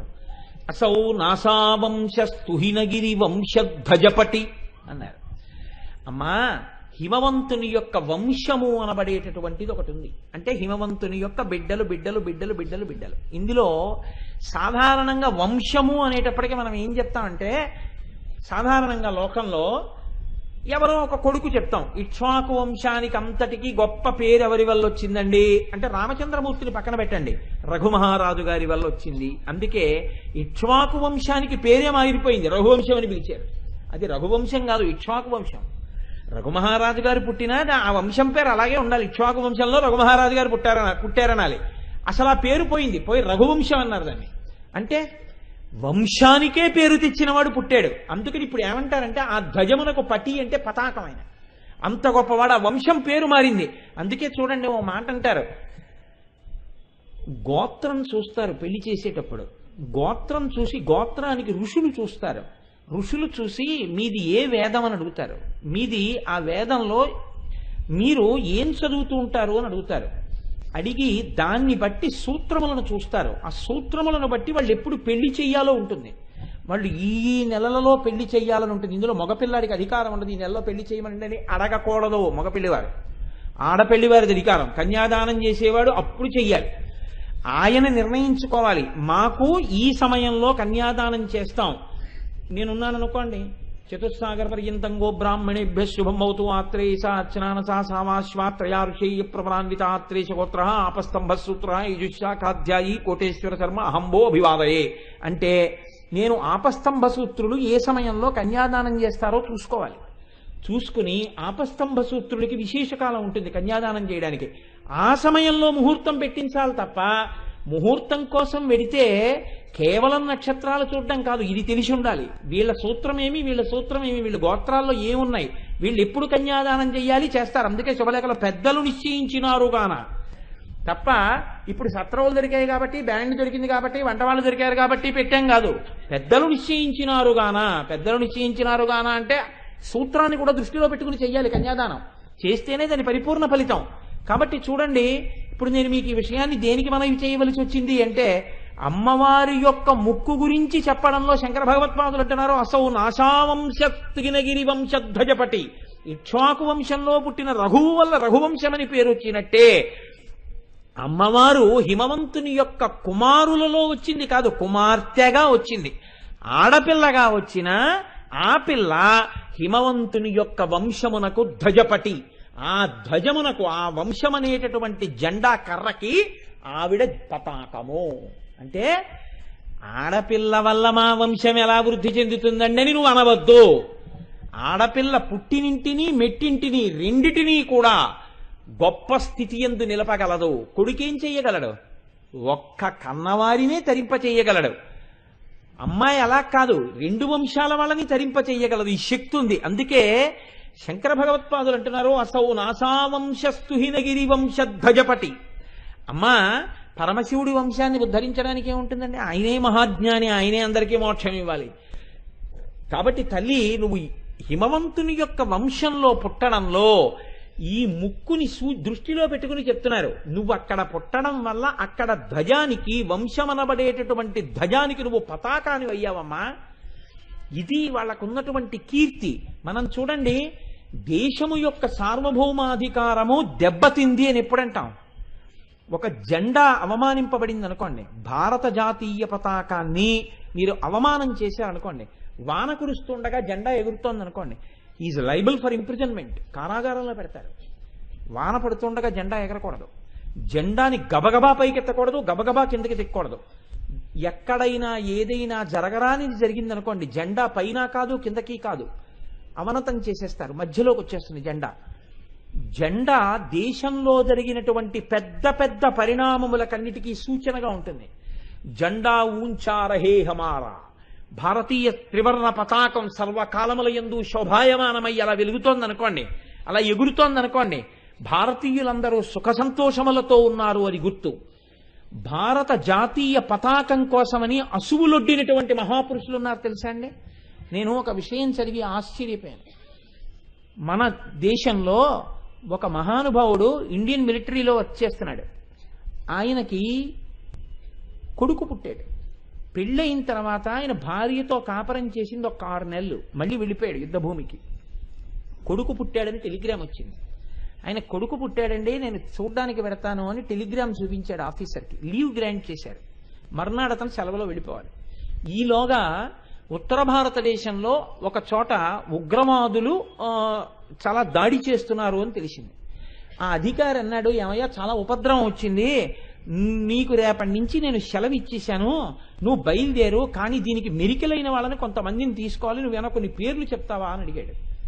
అడిగితే అతను అన్నాడు, నా కొడుకుని నేను ఎప్పుడైనా చూడొచ్చు, నా భార్యని ఎప్పుడైనా చూడొచ్చు, నా తల్లి ఆ పతాకం మాత్రం అలా ఎగురుతుండవలసింది, నేనే వెడతానని వెళ్ళాడు.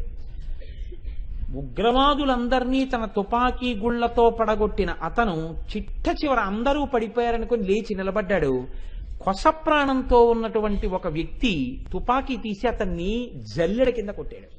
అతను ప్రాణం వదిలేశాడు. మీకు నేను ఒక విషయం చెప్పనా? అతని ఫోటో కానీ అతని గురించి కానీ భారతీయ టీవీ ఛానళ్లు ఏవీ ప్రసారం చేయలేదు. ఎవరు ప్రసారం చేశారో తెలుసా అండి? ఇంతటి మహాత్ముడు భారతదేశంలో నేల కొరిగిపోయాడు, కన్న బిడ్డని కూడా చూసుకోకుండా దేశం కోసం అసువులు బాసిన మహానుభావుడు అని చెప్పి బీబీసీ ఛానల్ కవర్ చేసింది. మన ఛానల్స్ కవర్ చేయలేదు. దేశ ద్రోహుల గురించి చూపించడానికి గంటల సేపు చూపిస్తాయి ఈ ఛానల్స్. దేశభక్తుణ్ణి చూపించడానికి వీళ్ళకి ఖాళీ లేదు. అంత దిక్కుమాలిన స్థితిలో ఇవాళ మనము మన ప్రసార సాధనాలు ఉన్నాం. నేను దేని గురించి చెప్తున్నానంటే, పతాకం అంటే ఆ స్థాయిలో ఉంటుంది ఉపాసకుడికి. అమ్మా, నువ్వు తుహినగిరి వంశధ్వజపటి, హిమవంతుని యొక్క వంశమునకు నువ్వు ధ్వజపటి, పతాకానివమ్మా. నువ్వేం చేస్తావు? తదీయోనేదీయ ఫలతు ఫలమస్మాకముచితం, మాకు ఏది ఉచితమైనటువంటి యోగ్యమైనటువంటి ఈయదగినటువంటి ఫలమున్నదనుకుని నువ్వు అనుకుంటున్నావో దాన్ని మాకు కటాక్షించడంలో కించిత్ ఆలస్యం కూడా నువ్వు చెయ్యవు తల్లి, మాకు ఆ ఫలాన్ని ఇచ్చేస్తావు అని శంకరులు ఒక గమ్మత్తైనటువంటి మాట ఒకటి అన్నారు. నాసావంశ స్తుహినగిరి వంశ ధ్వజపటి అన్నారు. అమ్మా, నీ ముక్కుందే ఇది వెదురు బొంగులా ఉంది అన్నారు. నేను ఎందుకు మళ్ళీ ఈ శ్లోకంలోకి వచ్చాను? సంపంగి పువ్వుతోనే ఎందుకు పోల్చారన్న దాన్ని సమర్థించడానికి ఈ శ్లోకంలోకి వచ్చాను. ఈ ఎందుకు అక్కడ వదిలిపెట్టాను, ఎందుకు ఎక్కడికి వచ్చాను మీరు జారిపోకూడదు. కాబట్టి అసౌనాసా వంశస్థు హినగిరి వంశధ్వజపటి వెదురు బొంగులా ఉంది నీ ముక్కు అంటే మీరు కొంచెం జాగ్రత్తగా ఆలోచించండి. వెదురు బొంగు లోపల ఖాళీగా ఉంటుంది. లోపల ఖాళీగా ఉన్నటువంటి వెదురు కర్రకి 2 కన్నాలు కొట్టి లోపలికి ఊపిరిని ఊదారనుకోండి, మురళీరవం వస్తుంది, అందులోంచి వేణుగానం వస్తుంది. వెదురు బొంగు యందు ముత్యములు ఉంటాయి. ముత్యములు పుట్టేటటువంటి ప్రదేశాలు కొన్నింటిని చెప్తుంది శాస్త్రం. అందులో వెదురు బొంగులో కొన్ని వెదురు బొంగుల్లో ముత్యాలు ఉంటాయి. అలాగే ఏనుగు యొక్క కుంభస్థలంలో ముత్యాలు ఉంటాయి. అందుకే శాతనకగ్రఖండితల సన్మజ కుంజర కుంభముక్త ముక్తాతత శైల అంటారు మహాభారతంలో. ఏనుగు యొక్క కుంభస్థలం మీద సింహం తన యొక్క ఆ పంజాతో కొట్టి మాంసాన్ని చీలిస్తే అందులోంచి ముత్యములు వెదజల్లబడతాయిట. గజాసుర సంహారం చేసిన తర్వాత పరమశివుడు ఆ శిరస్సునంతటిని శోధించి ముత్యములను పైకి తీసి దండగుచ్చి పార్వతీదేవి మెళ్ళలో వేశాడు. ఆయన చేయిస్తే అలా ఉంటాయి ఆభరణాలు. కాబట్టి ఆవిడ మెళ్ళో ఉన్నటువంటి ముత్యాలమాల గజాసుర సంహారం తర్వాత పరమశివుడు కూర్చి మెళ్ళో గురువినది. కాబట్టి ఇప్పుడు శంకరాచార్యుల వారు అంటున్నారు నీ ముక్కు వెదురు బొంగు అన్నారు. ఇప్పుడు ఆవిడ ముక్కు వెదురు బొంగు అయితే దోషమేం లేదు, చక్కగా అది పోల్చవలసినటువంటి పోలికే. చెరుకు కర్రలో కూడా ముత్యాలు ఉంటాయి కొన్ని చెరుకుల్లో. ఇప్పుడు ఈ వెదురు బొంగు లోపల ముత్యం ఉంది కాబట్టి లోపల ముత్యం ఉంది. ఈ ముత్యం శంకరులు అంటున్నారు వహత్యం తర్ముక్తా శిశిరకర నిశ్వాస గళితం. అమ్మా నీ ఊపిరి అని తీస్తే ఈ లోపల ఉన్న ముత్యం కొంచెం అలా కొద్దిగా లోపలికి వెళుతుంది. అన్నప్పుడు కొద్దిగా పైకి వస్తుంది. కొద్దిగా పైకి వస్తే ఆ ముత్యం బాగా పైకి వచ్చేస్తుందా? రాదు. కొద్దిగా అలా కనపడి లోపలికి వెళ్ళిపోతుంది. తెల్లటి ముత్యం ఒకటి కనపడుతుంటుంది. కాబట్టి అసౌ నాసావంశస్థు హినగిరి వంశధ్వజపటి తదీయో నేదీయ ఫలతు ఫలమస్మాకముచితం మహత్యం తర్ముక్తా శిశిరకర నిశ్వాస గళితం. నీవు ఊపిరి విడిచిపెట్టినప్పుడు ఆ ముత్యము బయటికి వచ్చి కనపడి లోపలికి వెళ్ళిపోవచ్చున్నది. ఏ ముక్కు రంధ్రంలోంచి? ముక్కు దర్శనం అంటే ఈ ముక్కు కాదు కదండి. ముక్తాహ అన్నారు శంకరాచార్యుల వారు. అక్కడ ఉంది రహస్యం అంతా. ముక్తాహ అంటే 2 అర్థాలు. ముక్త పురుషులు అని ఒక అర్థం, ముక్తాహ అంటే ముత్యము అని ఒక అర్థం. ఇప్పుడు ముత్యం కనపడుతుంటే అమ్మవారి యొక్క ఎడమ ముక్కు రంధ్రంలోంచి కనపడుతోందా, కుడి ముక్కు రంధ్రంలోంచి కనపడుతోందా? ఎక్కడన్నా చెప్పారా శంకరాచార్యుల వారు? శిశిరకర నిశ్వాస గళితం. అమ్మవారి 2 ముక్కుల్లో చంద్ర సంబంధమైనటువంటి ముక్కు నుండి అని మాత్రం అన్నారు. అంటే ఇప్పుడు ఎడం ముక్కులోంచి వస్తోందా, కుడి ముక్కులోంచి వస్తోందా ఆ ముత్యం? ఏమైనా అర్థం అవుతోందండి మీకు? నేను చెప్పింది అర్థం అవుతోందా? అసలు వెదురు బొంగులో ముత్యం ఉంటుంది. అమ్మవారి యొక్క ముక్కు వెదురు బొంగు అయితే అందులో ముత్యం ఉంది. అమ్మవారు కూడా ఆభరణం పెట్టుకున్నప్పుడు ముత్యం ఆభరణంగా పెట్టుకుంటుంది. అందులో కొంచెం ముక్కులోకి ఉంది. ఇప్పుడు ఊపిరి వదిలిపెడితే పైకి కనపడుతుంది, లోపలికి వెళ్ళిపోతుంది. ఈ పైకి కనపడడం కుడి ముక్కు రంధ్రంలోంచా ఎడం ముక్కు రంధ్రంలోంచా? సత్యవాణి గారు అమ్మా కుడి ముక్కు. కుడి కాకపోతే ఉండేది ఇంకో రెండోది ఒకటేగా, ఎడం ముక్కు. ఇప్పుడు కుడి ముక్కు రంధ్రంలోంచి కనపడితే మీకేమైనా అభ్యంతరం ఉందా? సత్యవాణి గారు అంటారు కుడి ముక్కు రంధ్రంలోంచి కనపడుతున్నారు అంటున్నారు. ఏమో ఆవిడికి ధ్యానంలో అలా కనపడి ఉంటుండొచ్చు, నేను కాదన్ను. కానీ అలా కనపడితే మీకేమైనా అభ్యంతరం ఉందా? ఎడం ముక్కులోనే కనపడాలండి, మాకు కుడి ముక్కులో కనపడడానికి వీలు లేదని ఏమైనా అభ్యంతరం ఉందా మీకు? వాళ్ళు ఎవరో అన్నారు అక్కడ ఎడం ముక్కు అన్నారు. ఏమో వాళ్ళకి ఎడం ముక్కులో కనపడితే మీకేమైనా అభ్యంతరం ఉందా? లేకపోతే అసలు 2 వైపులా కనపడే అవకాశం ఉంటుందా? ఇటువైపు ఎటైనా పెట్టుకోవచ్చు అండి. ఊపిరి వదులుతున్నప్పుడు ఎటో ఒకటి కనపడుతుందండి. దానికి పెద్ద అల్లరి ఎందుకంటే, ఎందుకు అంత పెద్ద మీరు ఈ ముక్కు కనవా ఆ ముక్కు కనవా, ఎందుకు దానికి అంత అల్లరి అని అడగచ్చు. ఎందుకంటే పూర్వం అక్కర్లేని చర్చలు ఒకటి ఉంటుంటాయి అక్కడక్కడ, మీరు చూసారో లేదు. ఎవరో ఒక ఆయన రైల్వే స్టేషన్లోకి వెళ్ళి అడిగట, ఓ గంటలో ఇటు నుంచి అటు వెళ్ళిపోవడానికి ఏమైనా రైలు ఉందా అండి అని అడిగాడు. అడిగితే ఓ గంటలోనా, ఇటు నుంచి అటు వెళ్ళిపోతావా అంటే, ఇటు నుంచి రాజమండ్రి వైపు వెళ్ళిపోవడానికి అని అడిగాడు అనుకోండి. సామర్లకోట వెళ్ళి ఇటు నుంచి రాజమండ్రి వైపు వెళ్ళిపోవడానికి గంటలో ఏం రైలు లేవు అన్నాడు. ఆయన 5 నిమిషాలు ఆగి, పోనీ ఇటు నుంచి విశాఖపట్నం వైపు వెళ్ళిపోవడానికి ఒక గంటలో రైలు ఉందా అన్నాడు. ఇటన్నా పోవాలి, అదే ఇటు పోకపోతే ఇటు పోతానంటే ఏంటి, అలా ఎలా వెళ్తావు, ఇటు లేదు గంట వైపు రైలు, ఇంతకీ నువ్వు ఎక్కడికి వెళ్ళాలని అడిగాడు ఆయన. అబ్బాయి ఏం లేదు, పట్టాలు దాటాలన్నాడు ఆయన. అలాగా ఈ చర్చ, లేకపోతే దీని వెనక ఏదైనా ప్రయోజనం ఉందా ఈ చర్చకి? ప్రాతస్మరామి పరమేశ్వర వక్త్ర పద్మం అంటూ తిరుగుతుంటే మీ మనసులో కనపడుతూ ఉండాలి ఆయన. మనసుని నిలబెట్టాలంటే ఊపిరి మీద ఆధారపడుతుంది. అందుకని ప్రాణాయామం. ఈ ప్రాణాయామం చేసినటువంటి వారికి ఈశ్వరార్చన యందు ఒక లక్షణం ఉంటుంది. ఇలా ఎద్దుబండి కాడెత్తి అంటాడు రైతు, అనగానే ఎద్దు వచ్చేసి ఇలా మెడ కాడి కింద పెట్టేస్తుంది. మీరు చూడండి, మొదట్లో ఎద్దుని కొత్తగా కొని తీసుకొచ్చినప్పుడు గిత్తదోణ్ణి ఇలా బండెత్తి అంటే అది ఇలా చూస్తుంది, ఏమిటా ఆ పిలుపు ఏమిటి, అసలు ఏమిటా అల్లరి ఏమిటని అని ఇటు తిరిగి నలపనారు కట్ట తింటుంది, అదేం రాదు. అందుకని నేను ఏం చేస్తాడంటే ముందు ఎద్దు దగ్గరికి ఎడతాడు, వెళ్ళి దాన్ని లాగి తీసుకొచ్చి దీన్ని కట్టడు, దీన్ని పట్టుకు నిలబడతాడు. నిలబడి తన కొడుకుని పిలిచి వేరే బండెత్తి దాన్ని కట్టరా కాడికంటాడు. రాముడు భీముడు ఇద్దరు ఉంటారు, 2 ఎద్దులు, రావుణ్ణి కట్టు ముందు అంటాడు. అంటే ఈయన బండెత్తి రావుణ్ణి కడతాడు. పరానుకరణము, మనసున్న ప్రాణి ఇంకోటి చేసేది చూస్తుంది.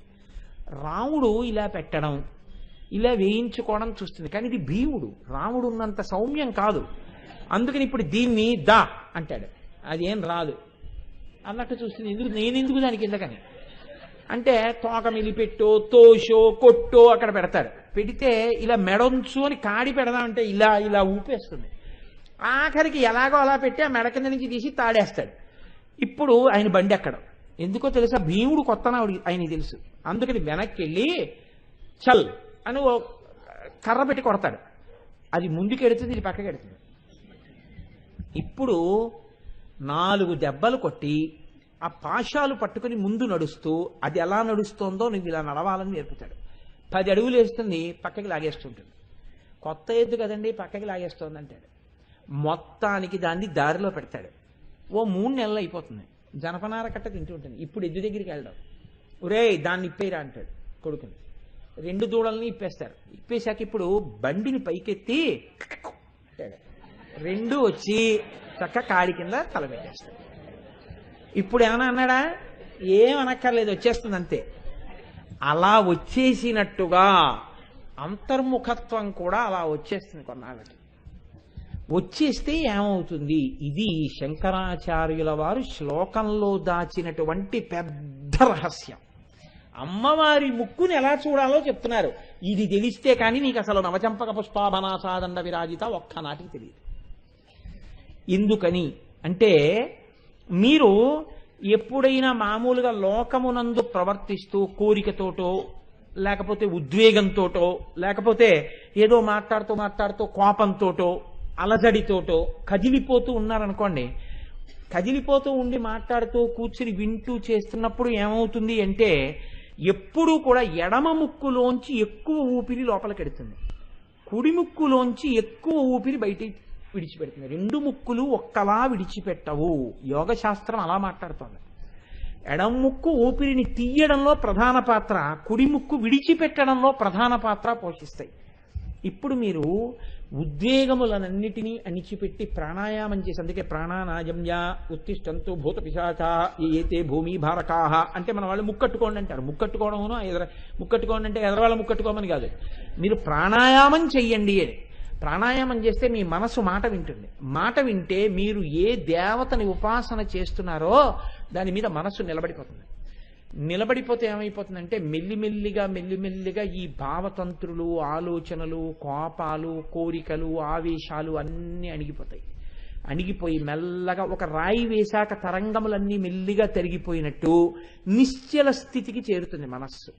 ఈ నిశ్చల స్థితికి చేరిపోయిన తర్వాత మనస్సు ఏమవుతుందంటే, మీరు ఎవరిని చూస్తున్నారో వాళ్ళ మీదకి వెళ్ళి నిలబడుతుంది. ఈ నిలబడిపోయినప్పుడు మీరు చూసుకోవడం కుదరదు. ఏమైపోతుందో తెలుసా అండి? ఎమోషనల్ స్టేట్ అంటారు. అంటే ఏమి కదలికలు లేకుండా మనసు నిలబడగానే ఊపిరి ఎడం ముక్కులో కుడి ముక్కులోంచి ఎక్కువ లోపలికెళ్ళి ఎడం ముక్కులోంచి బయటికి రావడం మొదలవుతుంది. ఇప్పుడు ఆయన కదలిక లేని స్థితిలోకి చేరిపోయాడు అని గుర్తు. అంటే మనసు ఏ వస్తువుని చూడమందో ఆ వస్తువుని చూస్తోంది. ఇప్పుడు శంకరాచార్యుల వారు ఒక రహస్య సంకేతం చెప్పారు. అమ్మవారి యొక్క ముత్యం ఎటు కనపడుతోంది? శిశిరకర నిశ్వాస గళితం అన్నారు. శిశిరకర అంటే చంద్ర సంబంధమైనటువంటి ముక్కు రంధ్రము. ఎడమవైపు ఉన్న ముక్కు రంధ్రానికి చంద్రుడు అధిష్టాన దేవత, కుడివైపు ఉన్నటువంటి ముక్కు రంధ్రానికి సూర్యుడు అధిష్టాన దేవత. అందుకే ఎడమవైపు ఉన్నటువంటిది ఇడానాడి అంటారు. నాడులు యోగ సంబంధం, నరములు వైద్యశాస్త్రంలో దొరుకుతాయి. ఇడా చంద్రనాడి, పింగళ సూర్యనాడి. ఈ రెండూ కలుసుకునేటటువంటి భ్రూమధ్యంలో ఉన్న సుషుమ్న అగ్నినాడి. ఇప్పుడు ఇలా పీల్చే ఊపిరి ధ్యానమునందు ఎక్కువగా ఇలా వెడుతుంది, వెళ్ళి ఎక్కువగా ఇలా బయటికి వస్తుంది. ఇప్పుడు ఇలా బయటికి వస్తోందంటే అమ్మవారు ఏ స్థితిలో ఉంది? నిశ్చల స్థితిలో ఉంది అమ్మవారు. ఆవిడ ఏ విధమైనటువంటి ఉద్వేగమునకు లోనై లేదు. ఆవిడ లేకపోవడం కాదు, ఆ ముత్యం కనపడడానికి నువ్వు కూడా ఆ స్థితిలోకి వెళ్ళాలి. అక్కడ చూసి తర్వాత నువ్వు ధ్యానం చేస్తే ఇక్కడ నీకు కనపడాలి, ఇక్కడ కనపడాలి. ఏం కనపడాలి? ఏదో బొమ్మ చూస్తానంటే కుదరదు. బొమ్మలో ముత్యం వచ్చి వెడుతూ నీకు కనపడదుగా.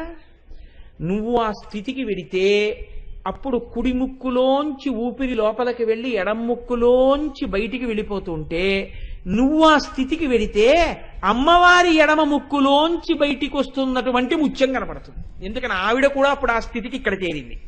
ఇక్కడ ఆవిడ చేరడమే, అక్కడ ఆవిడ అలా కనపడ్డాం.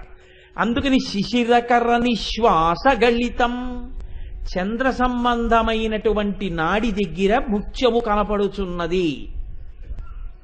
వహత్యంతర్ముక్త శిశిరకర నిశ్వాస గళితం సమృద్ధాయత్తా సా బహిరపి సముక్తామణిధర. ఆ ముత్యం అలా కనపడి ఉండిపోదు, మళ్ళీ లోపలికి వెళ్ళిపోతూ ఉంటుంది. ఈ వెళ్లి పైకొచ్చేది కనపడాలంటే వెళ్లి పైకొచ్చేదాన్ని గట్టిగా పట్టుకుని నీ మనసు నిలబడాలి. అప్పుడు నీలో కుడి ముక్కులోంచి ఎక్కువ ఊపిరి వెళ్ళి ఎడం ముక్కులోంచి విడిచిపెట్టడం వస్తే ఆవిడ ఎడం ముక్కులోంచి బయటికి వస్తున్న ముత్యం నీకు కనపడుతుంది. ఇది యోగ రహస్యం. నువ్వు ఎలా ధ్యానం చేసి ఆ ముక్కుని చూడాలో, ఇక్కడ నవచంపక పుష్పాభ అంటే అక్కడ ఆయన అసౌ నాశావంశస్తు హినగిరి వంశధ్వజపటి అంటూ విడదీశారు.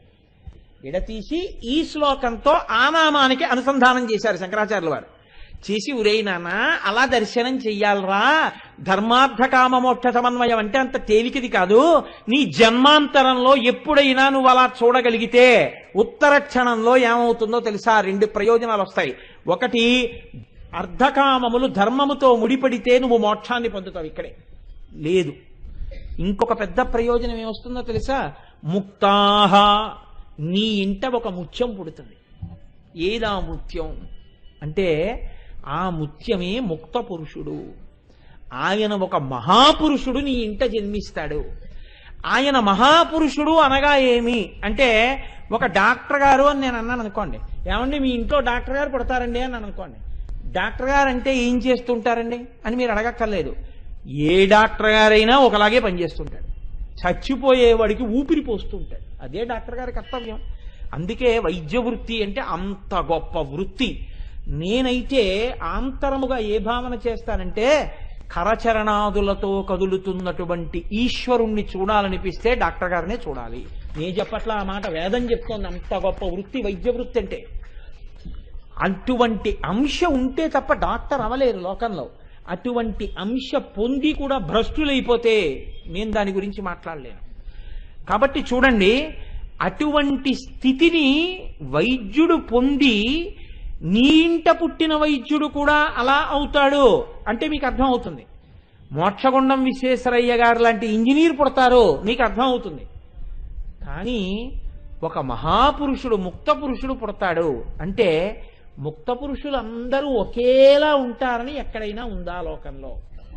ఒకరు నడిచినట్టే ఇంకొకరు కూడా అలాగే నడుస్తూ ఉంటారని ఎక్కడైనా ఉందా? చిత్రం ఏమిటో తెలుసా అండి? ఒక్కొక్కరు ఒక్కొక్కలా నడిచి లోకానికి మార్గదర్శకత్వం చేస్తారు. కానీ చెయ్యడంలో వేదం ఒక్కటే ప్రమాణముగా ఉంటుంది, ఇంకా ఏది ప్రమాణమై ఉండదు. నిస్సందేహంగా, నిర్ద్వంద్వంగా, అద్వితీయంగా, అద్వితీయము అన్న మాటలోంచే అద్వైతము అన్నది వచ్చింది. అద్వితీయము, ఇంకా రెండవ దాన్ని ప్రమాణంగా చెప్పరు, ఇంకొక దాన్ని తీసుకుని చెప్పడం ఉండదు. వేదమే ప్రమాణంగా చెప్తారు. అందుకే వేదో నిత్యమధీయతాం, వేదము ప్రమాణముగా చెప్పాలి తప్ప ఇంకా ఏ దాన్ని అక్కడ తీసుకొచ్చి కలిపి చెప్పడం కుదరదు, అలా చెప్పకూడదు. వేదం ఒక్కటే ప్రమాణంగా చెప్పాలి, అంతకన్నా సనాతన ప్రమాణములు లోకంలో లేవు. వేదమే పరమ ప్రమాణం. నీవు ఆ విశ్వాసంతోనే మాట్లాడాలి. అందుకే అలా మాట్లాడగలిగినటువంటి ప్రజ్ఞ, అంత నమ్మకం ఎవరి యందు ప్రకాశిస్తుందో అది మహాపురుషులకు ఉండే మొదటి లక్షణం.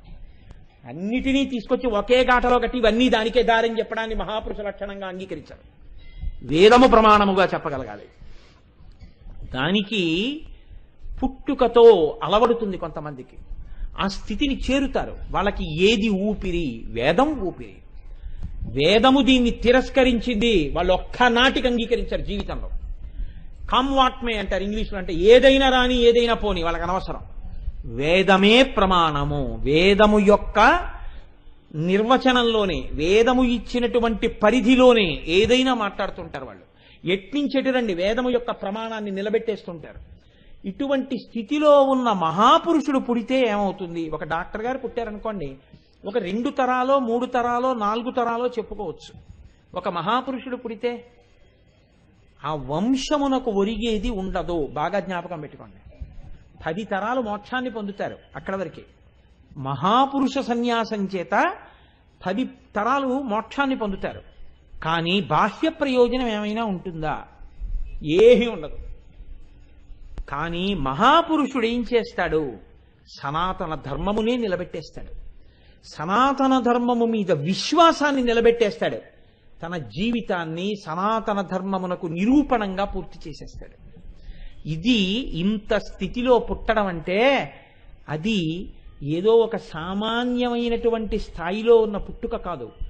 కోట్ల కోట్ల కోట్ల మందిలో ఎవరో ఒక్కడు అలా పుట్టగలుగుతాడు.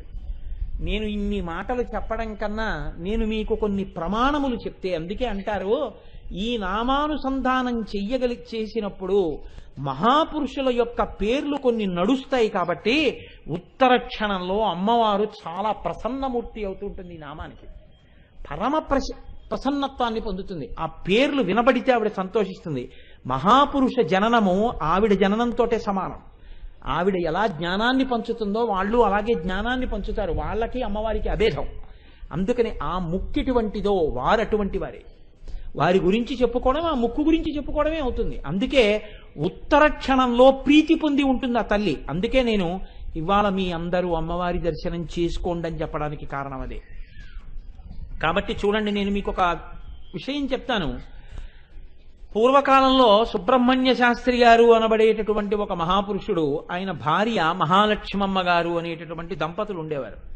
వాళ్ళకి 5 కుమారులు కలిగారు. ఒక ఆయన గణపతి శాస్త్రి పెద్ద ఆయన, 2 ఆయన స్వామినాథ శాస్త్రి, 3 ఆయన సాంబమూర్తి శాస్త్రి, 4 ఆయన సదాశివ శాస్త్రి, 5 ఆయన కృష్ణమూర్తి శాస్త్రి. ఈ శాస్త్రి అన్న పేరు చివర ఎందుకు కలుపుతుంటారో తెలుసా అండి? శాస్త్రి అని తండ్రి దేనికి కలుపుకుంటాడంటే, వీడు శాస్త్రమును చెప్పడంలో ప్రమాణమై బతకాలి అని కోరుకుని శాస్త్రి అని చెప్తాడు. ఆయన శాస్త్రి గారండి అంటే ఏమిటంటే ఆయన చెప్పినది శాస్త్రం, అంటే శాస్త్రమునందంత ప్రవేశం ఉన్నవాడు అని. ఆయన 5 కొడుకుల పేర్లు అలా పెట్టుకున్నారు. అందులో 2వ కొడుకు మొదటి కొడుకు పుట్టిన చాలా కాలానికి పుట్టాడు స్వామినాథ శాస్త్రి గారు. ఈయన విషయంలో ఒక చిత్రం జరిగింది అనుకోకుండా. 13వ ఏట ఈ పిల్లవాడు గుర్రబండిలో కంచి వెడుతున్నాడు. ఎందుకు ఎడుతున్నాడు? వాళ్ళ అన్నయ్య గారు సన్యాసం తీసుకున్నారు. వాళ్ళ అన్నయ్య గారు అంటే సొంత అన్నయ్య గారు కాదు, వాళ్ళ పెద్దమ్మగారు అబ్బాయి. వాళ్ళ పెద్దమ్మగారు అబ్బాయి సన్యాసం తీసుకున్నట్ట ఓసారి కొత్తగా సన్యాసం తీసుకుని కంచికి పీఠాధిపతి అయ్యాడు చిన్న వయస్సులో, చూద్దామని ఈ పిల్లవాడి తల్లి, ఆ సన్యాసం తీసుకున్న ఆయన తల్లి, పెద్దమ్మగారు వీళ్ళందరూ గుర్రబళ్ళ మీద వెడుతున్నారు కంచి. వెడుతుంటే కంచి ఇంకా కొద్ది దూరంలో ఉందనగా ఈ పిల్లాడొక్కడు ఓ బగ్గీలో కూర్చున్నాడు, గుర్రబండిలో. బండి వెళ్ళిపోతోంది. గుర్రబండి నడుపుతున్నవాడు గుర్రపు బండి ఆపి వెనక్కి తిరిగి అన్నాడు ఆ పిల్లవాడితో, ఇక నువ్వు ఇంటి నుంచి బయలుదేరి రావడం ఇదే చివరిసారి, నువ్వు ఇంటికి వెళ్ళట్లేదు అన్నాడు.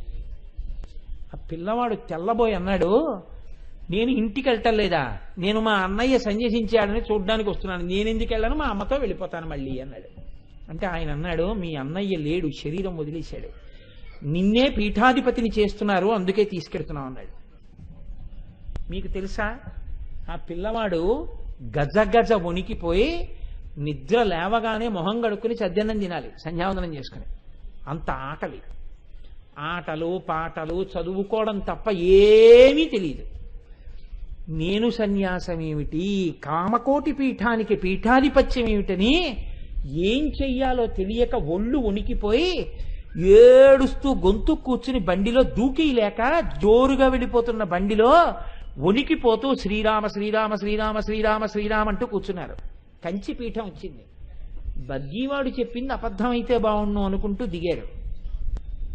తన అన్నగారు ఎవరి దగ్గర పీఠాధిపత్యం తీసుకున్నారో ఆ మహానుభావుడు, ఆ పెద్ద గురువు గారికి మశూచి వ్యాధి వచ్చి శరీరం వదిలేరు. మశూచి వ్యాధి వచ్చిందని ఎవరూ లోపలికి వెళ్ళి సేవ చేయకపోతే ఆయన శిష్యుణ్ణి కదా, నిన్న మొన్ననే పీఠాధిపత్యం పుచ్చుకున్నాను, అయినా గురుసేవ దొరుకుతుందా అని వీళ్ళ అన్నగారు చిన్నపిల్లాడు లోపలికి వెళ్ళి ఆయనకి సేవ చేస్తే ఈ పిల్లాడికి మశూచి వచ్చి ఇద్దరూ శరీరం వదిలేశారు. ఇప్పుడు ఆ పీఠానికి పీఠాధిపతి లేడు. ఈ పిల్లాడికి సన్యాసం ఇచ్చేస్తా ఉన్నారు దిగ్గానే.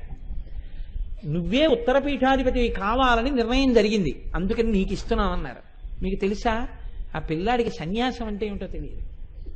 వాళ్ళ అమ్మగారు వచ్చి ఇది విని ఏడిచారు గుండెలు బాదుకుని. వాళ్ళ నాన్నగారు విని ఇది దైవ సంకల్పము, సరే సన్యాసం ఇమ్మన్నారు.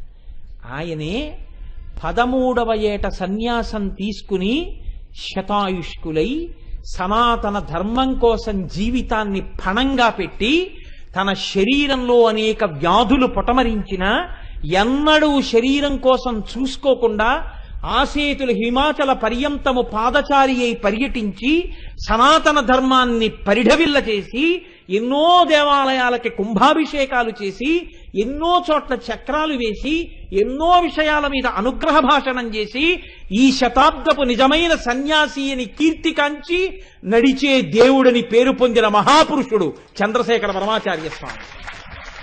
ఇప్పుడు చెప్పండి, ఒక గురువు దగ్గర చదువుకోలేదు ఆయన. కనీసం సన్యాసం ఎలా ఉంటుందో, పీఠాధిపతి ఎలా ఉండాలో గురువు లేడు చెప్పడానికి.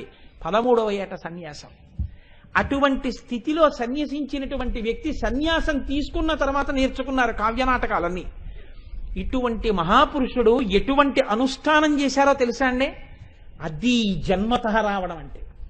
పీఠాధిపతి అయిపోవడం అంటే మాటలు కాదండి, ఎంత ఐశ్వర్యం ఉంటుందో పీఠానికి.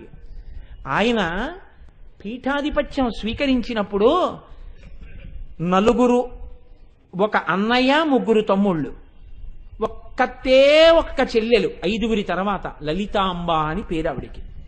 ఈ లలితాంబిక దరిద్రురాలు అంటే నా ఉద్దేశం నిర్ధనురాలు, పెద్ద ఐశ్వర్యవంతురాలు కారావిడ. ఆవిడ అయ్యో ఒక్కగానొక్క చెల్లెలు కదా మీకు, ఆమె పాపం నిర్ధనురాలై బాధపడుతోంది, ఇంట్లో అవసరాలు కూడా తీరట్లేదు, మహానుభావ మీరు అంగీకరిస్తే మీకు ఎందరో శిష్యులున్నారు, వీళ్ళందరూ స్వామివారి చెల్లెలు ఇబ్బందుల్లో ఉన్నారని చెప్పి మేము అడిగితే చందాలు ఇస్తారు, ఆ డబ్బు మేము పట్టుకెళ్ళి ఆవిడికి ఇద్దాం అనుకుంటున్నాం, పూర్వాశ్రమంలో మీ చెల్లెలే కదా, మీరు అంగీకరిస్తే ఈ పని చేద్దాం అనుకుంటున్నాం అన్నారు. సత్యదండం పట్టుకుని కూర్చున్నాడు చిన్న పిల్లాడు, అప్పటికి ఎంతో వయస్సు లేదు, 20 దాటి ఉంటాయి. ఆ సత్యదండం పట్టుకుని ఆ అడిగిన వ్యక్తి వంక చూసి అన్నాడు, ఇలా నిర్ధనత్వంతో కష్టపడడానికి హేతువైన కర్మ ఈ జన్మలో అనుభవించేస్తే అయిపోదు అన్నాడు. అంతే. ఎన్నడూ నయా పైసా ఇప్పించలేదు ఆయన. ఎవరు ఉండగలరు నాకు చెప్పండి అలాగా? 13వ ఏట సన్యసించి నా వారన్న వారి మీద మమకారం లేదు. మమకారం అంటూ ఉంటే ముముక్షువులంతే. ఎవరు ఈశ్వర మార్గంలో ఉన్నారో వాళ్ళ కోసమే ఆ జీవితం పణంగా పెట్టేశారు మహానుభావుడు. అటువంటి వ్యక్తి సాంబమూర్తి శాస్త్రి గారని ఆయన యొక్క తమ్ముడు కొన్నాళ్ళు గౌరవ మేనేజర్గా పనిచేశారు. ఆయన తిరువడైమరుదూరు అనబడేటటువంటి ఊర్లో ఉండేవారు. ఆయనకి ఉండడానికి ఇల్లు లేకపోతే ఆయన శిష్యులందరూ కలిసి 42,000 రూపాయలు వసూలు చేశారు. వసూలు చేసి ఆయనకి ఇల్లు కట్టిద్దాం అనుకుంటున్న సమయంలో ఆయన అన్నారు, నా మనవరాళ్ల పెళ్లిళ్ళు చెయ్యాలి, ఇక్కడ నేనేం చేస్తాను, నేను కూడా ఈ తిరువడైమదనూరు వదిలిపెట్టి చెన్నై వెళ్ళిపోదాం అనుకుంటున్నాను చెన్నపట్నానికి, అందుకని మీరు నాకు ఆ డబ్బు ఇచ్చేస్తే నేను ఆ డబ్బు అట్టుకెళ్ళి చెన్నైలో పిల్లల పెళ్లిళ్ళో ఏదో చేస్తానన్నారు. పరమాచార్యులు వారిని వచ్చి అడిగారు. అప్పటికి ఇంకా జయేంద్ర సరస్వతి స్వామి వారు పీఠాధిపత్యానికి రాలేదు. అడిగితే పరమాచార్యుల వారు అన్నారు, మీరు ఏమని చెప్పి వసూలు చేశారా డబ్బని అడిగారు. ఆయనకి తిరుమడై నదూరులో ఇల్లు కట్టుకోవడానికి అని వసూలు చేశామన్నారు. అతను ఉంటే అక్కడ ఇల్లు కొని ఇవ్వండి, అతను అక్కడ ఉండనంటే ఎవరు ఎంత ఇచ్చారో ఆ డబ్బు వాళ్ళది తిరిగి ఇచ్చేసేయండి. ఏ ప్రయోజనానికని మీరు పుచ్చుకున్నారో దానికే వాడండి, వేరొక ప్రయోజనానికి వాడే అధికారం మీకు లేదని చెప్పారు. ఇది పరమాచార్య. నేను ఎందుకు చెప్తున్నానంటే ఈ మాటలు, ఎవరు ఆయనకి శిక్షణనిచ్చారండి? ఇది అమ్మవారి అనుగ్రహం అంటే.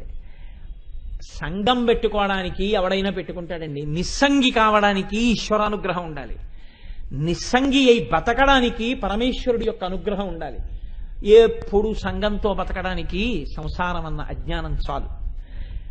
మీకు చాలా ఆశ్చర్యకరమైనటువంటి విషయం ఏమిటంటే, ఒక్కగానొక్క చెల్లెలు ఆ లలితాంబికకి డబ్బివ్వలేదు.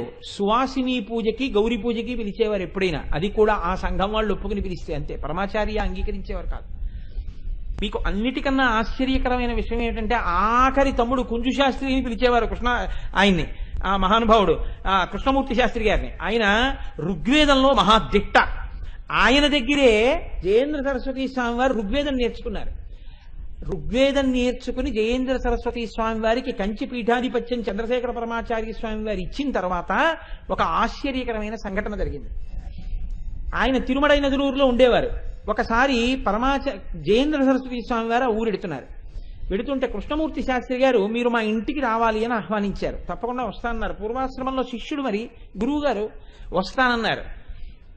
గురువు గారి దగ్గరికి వచ్చి అడిగారు జయేంద్ర సరస్వతి స్వామి, చంద్రశేఖర పరమాచార్య స్వామి, నేను అక్కడికి వెళ్ళినప్పుడు వెడుతున్నాను మా గురువు గారింటికని. ఎవరా గురువు గారు? పూర్వాశ్రమంలో చంద్రశేఖర పరమాచార్య స్వామి వారికి తమ్ముడు. వెడతానన్నారు. సరే వెళ్ళండి అన్నారు పరమాచార్య. ఏమనుకున్నారో, ఆఖరణ నేనే వెడుతున్నాను మీరు ఉండండి అన్నారు.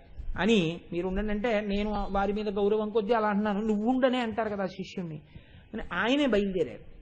బయలుదేరి వెళ్ళిన తర్వాత కృష్ణమూర్తి శాస్త్రి గారింటికి పరమాచార్యులు వారు వెళ్ళారు. పూర్వాశ్రమంలో తమ్ముడు. పరమాచార్య ఎక్కువ మాట్లాడరు.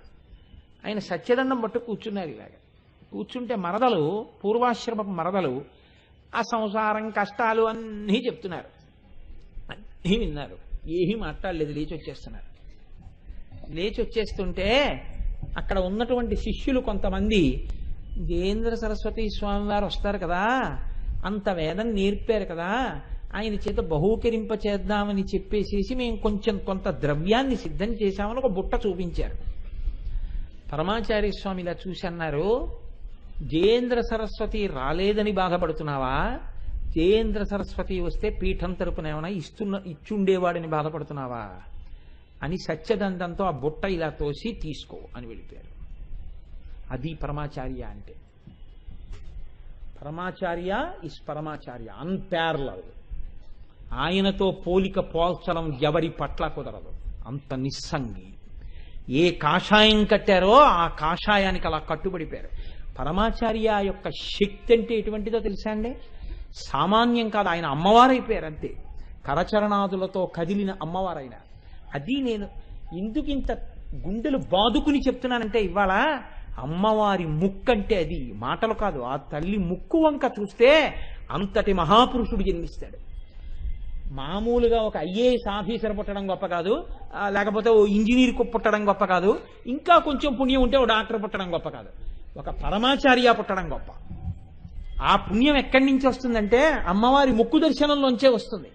కాబట్టి చూడండి, పూర్వం మాయావరం శివరామకృష్ణ శాస్త్రి గారని చెప్పి సంస్కృత భాగవతం అంతా ఆయనకి కంఠోపాఠం, పుస్తకం అక్కర్లేకుండా ఆయన శ్లోకాలు వ్యాఖ్యానం చెప్పేవారు అద్వైత పరంగా.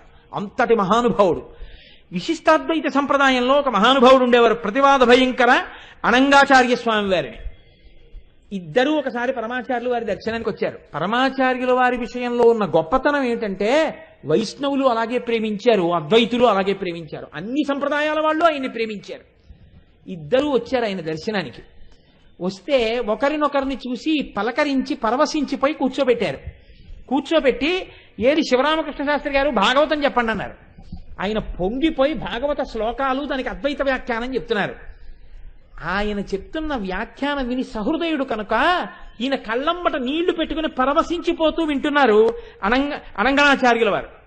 ఇద్దరిని చూస్తూ పరవశించిపోతున్నారు పరమాచార్యుల వారు. 6 అయిపోతోంది. ఇంకా లోపలికి వెళ్ళి సంధ్యాదీపం చూసి అనుష్ఠానానికి వెళ్ళిపోతారు. ఈలోగా తమ్ముడు అక్కడ నిలబడి ఉన్నాడు, కృష్ణమూర్తి శాస్త్రి గారు.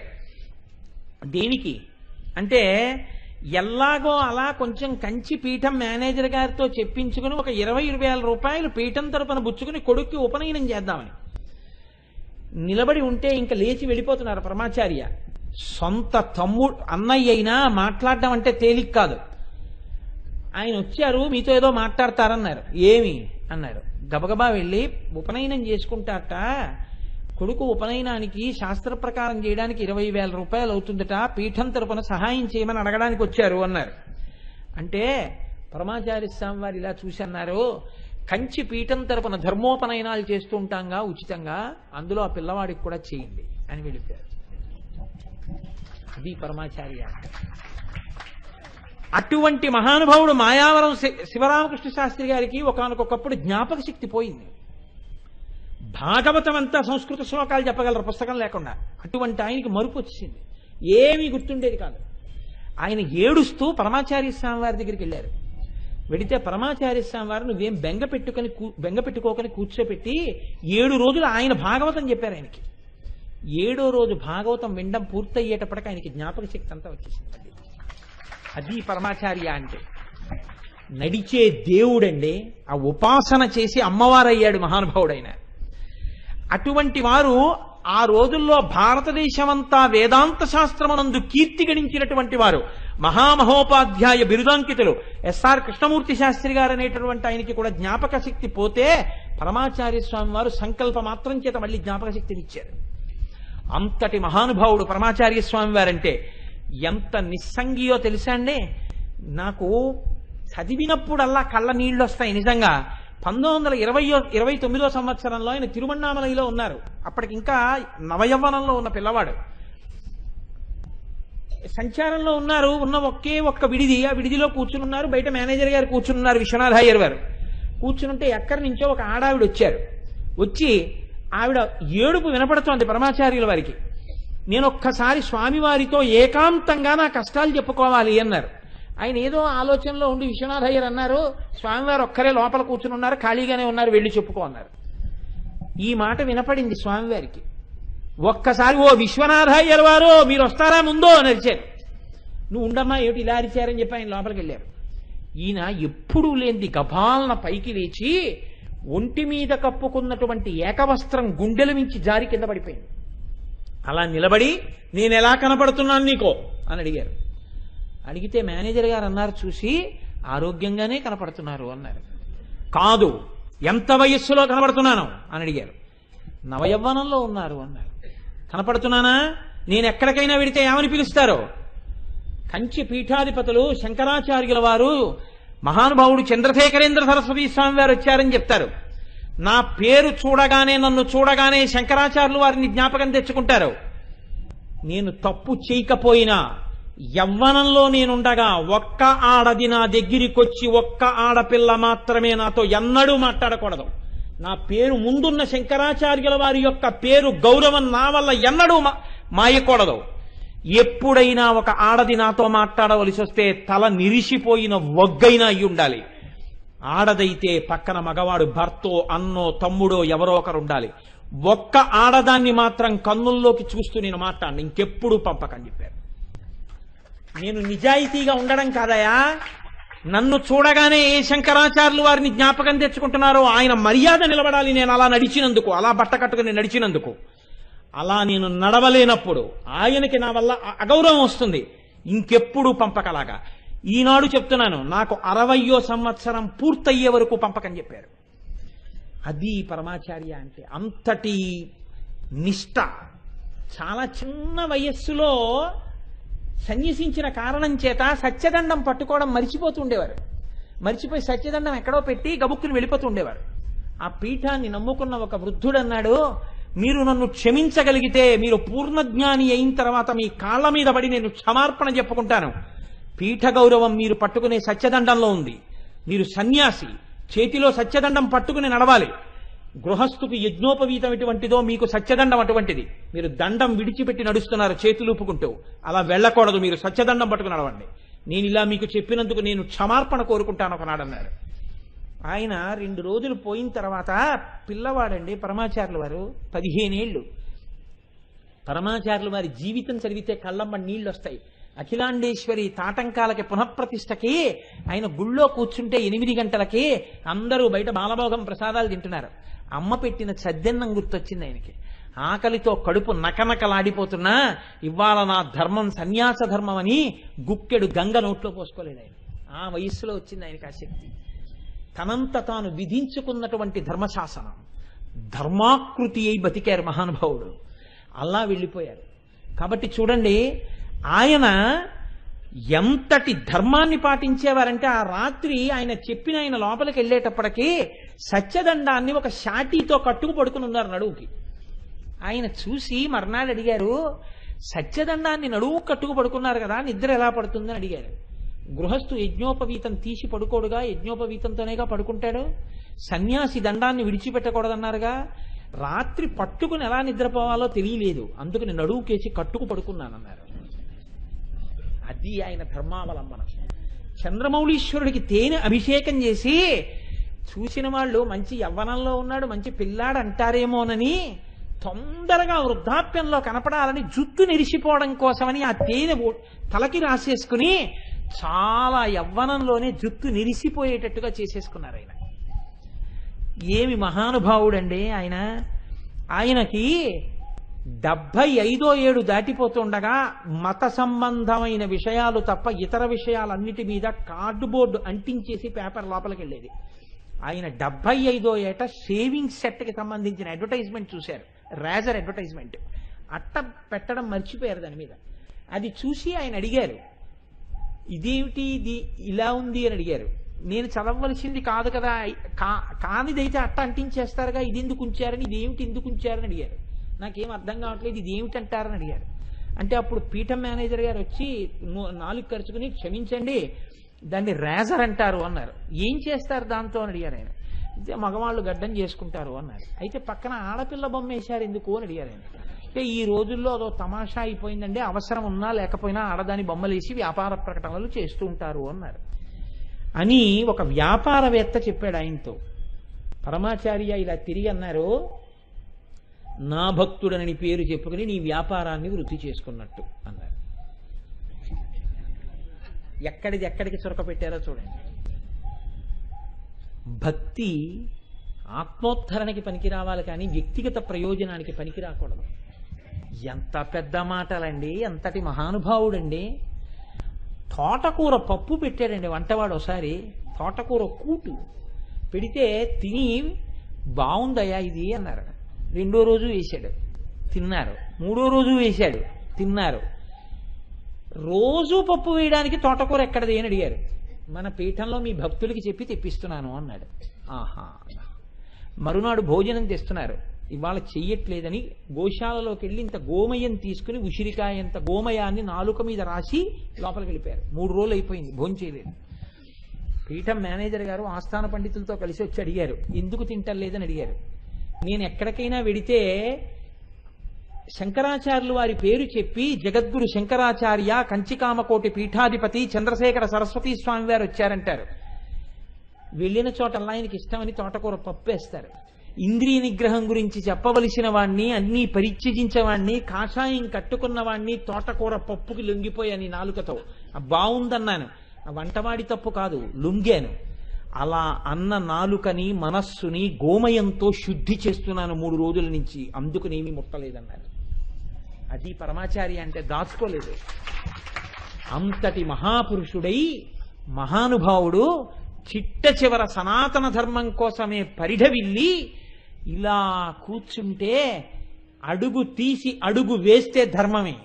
అటువంటి ధర్మాకృతి అయి సనాతన ధర్మానికి గొడుగు పట్టి ఈ ధర్మం మీద మనకందరికీ విశ్వాసాన్ని పెంచి ఇవాళ ఆయన శరీరం వెళ్ళిపోయి ఉండొచ్చు. కానీ మీకు ఒక్క నిజం చెప్తున్నాను, ఇప్పటికీ ఆయన్ని నమ్ముకున్న వాళ్ళకి ఆయన దార్శనికులే. ఏదైనా అర్థం కాలేదు అని అనుకున్న ఉత్తర క్షణంలో ఎక్కడో పరమాచార్య స్వామి వారు దాన్ని విడదీసి మీకు చెప్పేస్తారు. ఇది దీనికి అర్థం నాన్న అని చెప్పేస్తారు. ఆయన్ని నమ్మాలి తప్ప ఆయన మిమ్మల్ని అనుగ్రహించేస్తారు.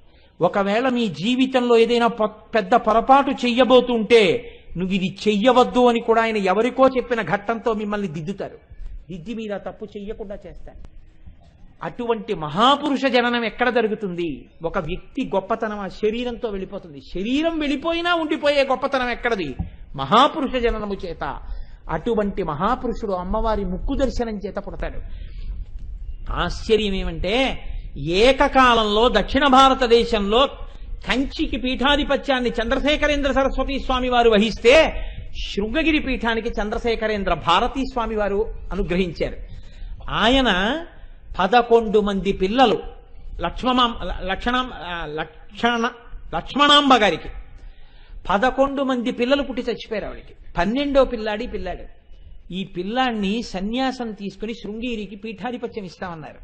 ఇచ్చేశారు ఆవిడ పీఠానికి. ఆయన పీఠాధిపత్యానికి వచ్చేటప్పటికి గురువు లేడు. ఆయన తలుపులు వేసి శారదాంబ గుళ్ళోకి వెళ్ళి తల ఉంచి ఏడుస్తుంటే తలుపులు మూసుకుని అమ్మవారి చేతిలోంచి పువ్వు ఆయన తల మీద పడి ఆవిడ చెయ్యి ఆయన తలకి తగిలినట్లుగా ఆయన అనుభూతి పొందాడు. ఆశ్చర్యం ఏమిటో తెలుసా అండి? ఆయన అనుష్ఠానం చేస్తుంటే ఒక రోజున అమ్మవారికి ఆయన ఆరాధన చేస్తున్నారు, అభిషేకం చేస్తున్నారు శివలింగానికి. ఎక్కడి నుంచి వచ్చిందో పాము వచ్చింది. ఒక పెద్ద త్రాచుపాము లోపలికి వచ్చింది. ఆయన పూజ చేస్తుండగా ఎవ్వరూ మాట్లాడకూడదు. వస్తే అందరూ గుసగుసలాడి కదులుతున్నారు. ఏమిటని అడిగారు. త్రాచుపాము తిరుగుతోందన్నారు. పెద్ద త్రాచుపాము అలా వచ్చింది అన్నారు. అని అభిషేకం చేస్తున్న పాలు ఒక గిన్నెలో పోసి ఇలా పట్టుకున్నారు. ఆ పాము వచ్చి పడగ విప్పి అందులో పెట్టి పాలు తాగి ఆయన వంక చూసి బయటికి వెళ్ళిపోయారు. ఆయన ఒకనాడు శారదాంబ గుళ్ళోకి ఎడుతున్నారు. ఎదురుగుండా ఒక ఆవు పడుకునుంది. పూజకి పట్టుకెడుతున్న సామాగ్రితో ముందు పెడుతున్న వాళ్ళు పరిగెత్తుకెళ్ళి ఆవును తోలబోయారు. ఆయన అన్నారు ఆగండి అన్నారు. అని పద్మాసనం వేసి కూర్చుని ఆ ఆవు కదలలేదు, అలాగే పడుకుంది. ఆయన సమంత్రకంగా శారదకి చేసే పూజంతా ఆవుకి చేశారు. పూజ చేసి ప్రదక్షిణం చేసి నమస్కారం చేశాక ఆ ఆవు లేచి వెళ్ళిపోయింది. శారదకి గోవుకి అభేదం నా దృష్టిలో అన్నారు ఆయన. అటువంటి మహానుభావుడు పుట్టినరోజు నాడు శృంగగిరి పీఠాధిపతులు మలహానికేశ్వర స్వామి వారి దేవాలయం ఉంది. కొద్ది రోజుల్లో చూస్తాంగా. శృంగగిరిలో ఒక కొండ శిఖరం మీద ఉంటుంది. గర్భగుడి విపరీతమైన వేడి. విభాండకుడు పూజ చేశాడు అక్కడ. ఆ గుళ్ళో కూర్చుని పూజ చేస్తుంటే ఆయన పక్కన ఉండవలసినటువంటి సేవకుడు ఉండలేక బయటికి వచ్చాడు. ఆయన మాత్రం సాయంకాలం 4 గంటల వరకు అలాగే అంతర్ముఖులై కూర్చుని పూజ చేసి పైకి వచ్చారు. అంతటి మహానుభావుడు ఆయన. ఒకనాడు గురువు నివాసుల లోపలికి ఎడుతున్నారు. పూజకి సిద్ధం చేయడం కోసం సాలగ్రామాన్ని బట్టలతో తుడుస్తున్నాడు ఒక ఆయన. గట్టిగా తుడుస్తుంటే చూశారు ఆయన. ఏమోయ్, సాలగ్రామాన్ని తుడవడం అంటే ఎలా తుడవాలో తెలుసా? అప్పుడే పుట్టినటువంటి బిడ్డని మంత్రసాని ఎంత జాగ్రత్తగా తుడుస్తుందో అలా తుడవాలి. అది సాలగ్రామం అంటే రాయి కాదు నీ చేతి బలం చూపించడానికి, అది ఈశ్వరుడు, మెల్లగా తుడు అన్నారు. ఆయన ఎంతటి మహానుభావుడంటే చంద్రమౌళీశ్వరారాధన జరుగుతుండేది. అసుర సంధ్య వేళలో శృంగగిరి పీఠంలో అసుర సంధ్య వేళ పూజ పీఠాధిపతులు చేస్తారు. ఉదయం వేళ పీఠం వాళ్ళు చేస్తారు. చంద్రమౌళీశ్వరారాధన చేస్తున్నారు. చేస్తుంటే మారేడు దళాలు తీసి వేస్తున్నారు పీఠాధిపతులు. చంద్రశేఖర భారతీ స్వామి వేస్తుండగా నామాలు అయిపోయాయి. ఆయన ఇలా మారేడు దళం పట్టుకుని అలాగే ఉండిపోయారు. ఓ గంట నామాలు చెప్పారు, 2 గంటల నామాలు చెప్పారు. అలా చెప్తూ ఉండగా ఏమైనా కదలికి వస్తుందేమో అనుకున్నారు. 7 అయిపోయింది, 8 అయిపోయింది, 9 అయిపోయింది, 10 అయిపోయింది. అలాగే ఉన్నారు పీఠాధిపతులు. ఈయనకి బాహ్య చలనం లేదు. ఇది సమాధి అంటారు.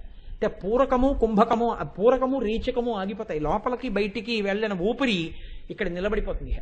అది మరణము కాదు, అది నిలబడిపోతే సమాధి అంటారు. అప్పుడు బ్రహ్మముతో ఐక్యమై సమాధి స్థితి యందు బ్రహ్మానందాన్ని పొందుతారు. అలాగే ఉండిపోయారు. తెల్లవారిపోయింది, అలాగే ఉన్నారు.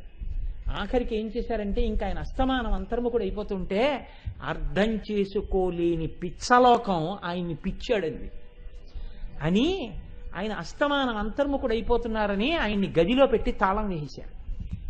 వేసేస్తే మహానుభావుడు ఆ గదిలోనే కూర్చుని అంతర్ముఖావస్థలో అలా ఉండేవారు. ఎన్ని రోజులకు రోజులు ఉండేవారు.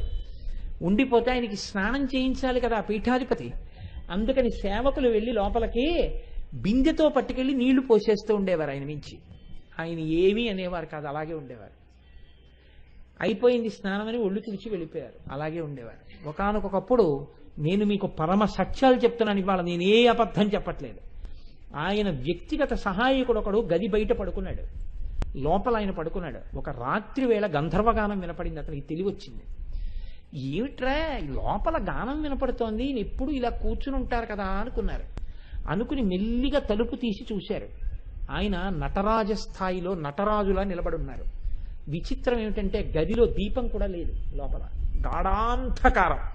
ఈయన నిలబడిన చోట ఒక పెద్ద వెలుతురు వెలుగుతోంది. ఒంటి నిండా విభూతితో ఉన్నారు, పరమతేజోమయమూర్తిగా ఉన్నారు. చుట్టూ పాటలు ఢమరుకలు వినపడుతున్నాయి, ఎవ్వరు లేరు, గాఢాంధకారం. మళ్ళీ తలుపేసి వచ్చి పడుకున్న ఆ సేవకుడికి నిద్ర పట్టలేదు. ఆయనకి పిచ్చెక్కిందనుకుని ప్రభుత్వం పిచ్చిని కుదిర్చే వైద్యుల్ని పంపింది. ఆయన బహిర్ముఖుడైతే ఆయనతో మాట్లాడదామని డాక్టర్లు కూర్చున్నారు. 7 రోజులైంది, 8 రోజులైంది, 9 రోజులైంది, ఆయన బహిర్ముఖులు కాలేదు. కాకపోతే డాక్టర్లు వెళ్ళిపోతున్నారు, ఇంకా రిపోర్ట్ ఇద్దామని. వాళ్ళు వెళ్ళిపోతూ ఆయన ఉన్న ప్రదేశం ముందుకు వచ్చారు. ఆయన బహిర్ముఖులే. ఆ డాక్టర్ గారు వచ్చారు కదా, లోపలికి పంపండి అన్నారు. ఆశ్చర్యపోయి ఆ డాక్టర్ గారు లోపలికి వెళ్ళారు. కూర్చోండి అన్నారు, కూర్చున్నారు. మీ అమ్మగారి కడుపు నొప్పి ఎలా ఉందని అడిగారు ఆయన. చల్లపోయాడు డాక్టర్ గారు. ఎప్పుడో వచ్చారు ఆయన దగ్గరికి, 42 సంవత్సరముల పీఠాధిపత్యం చంద్రశేఖరేంద్ర భారతి.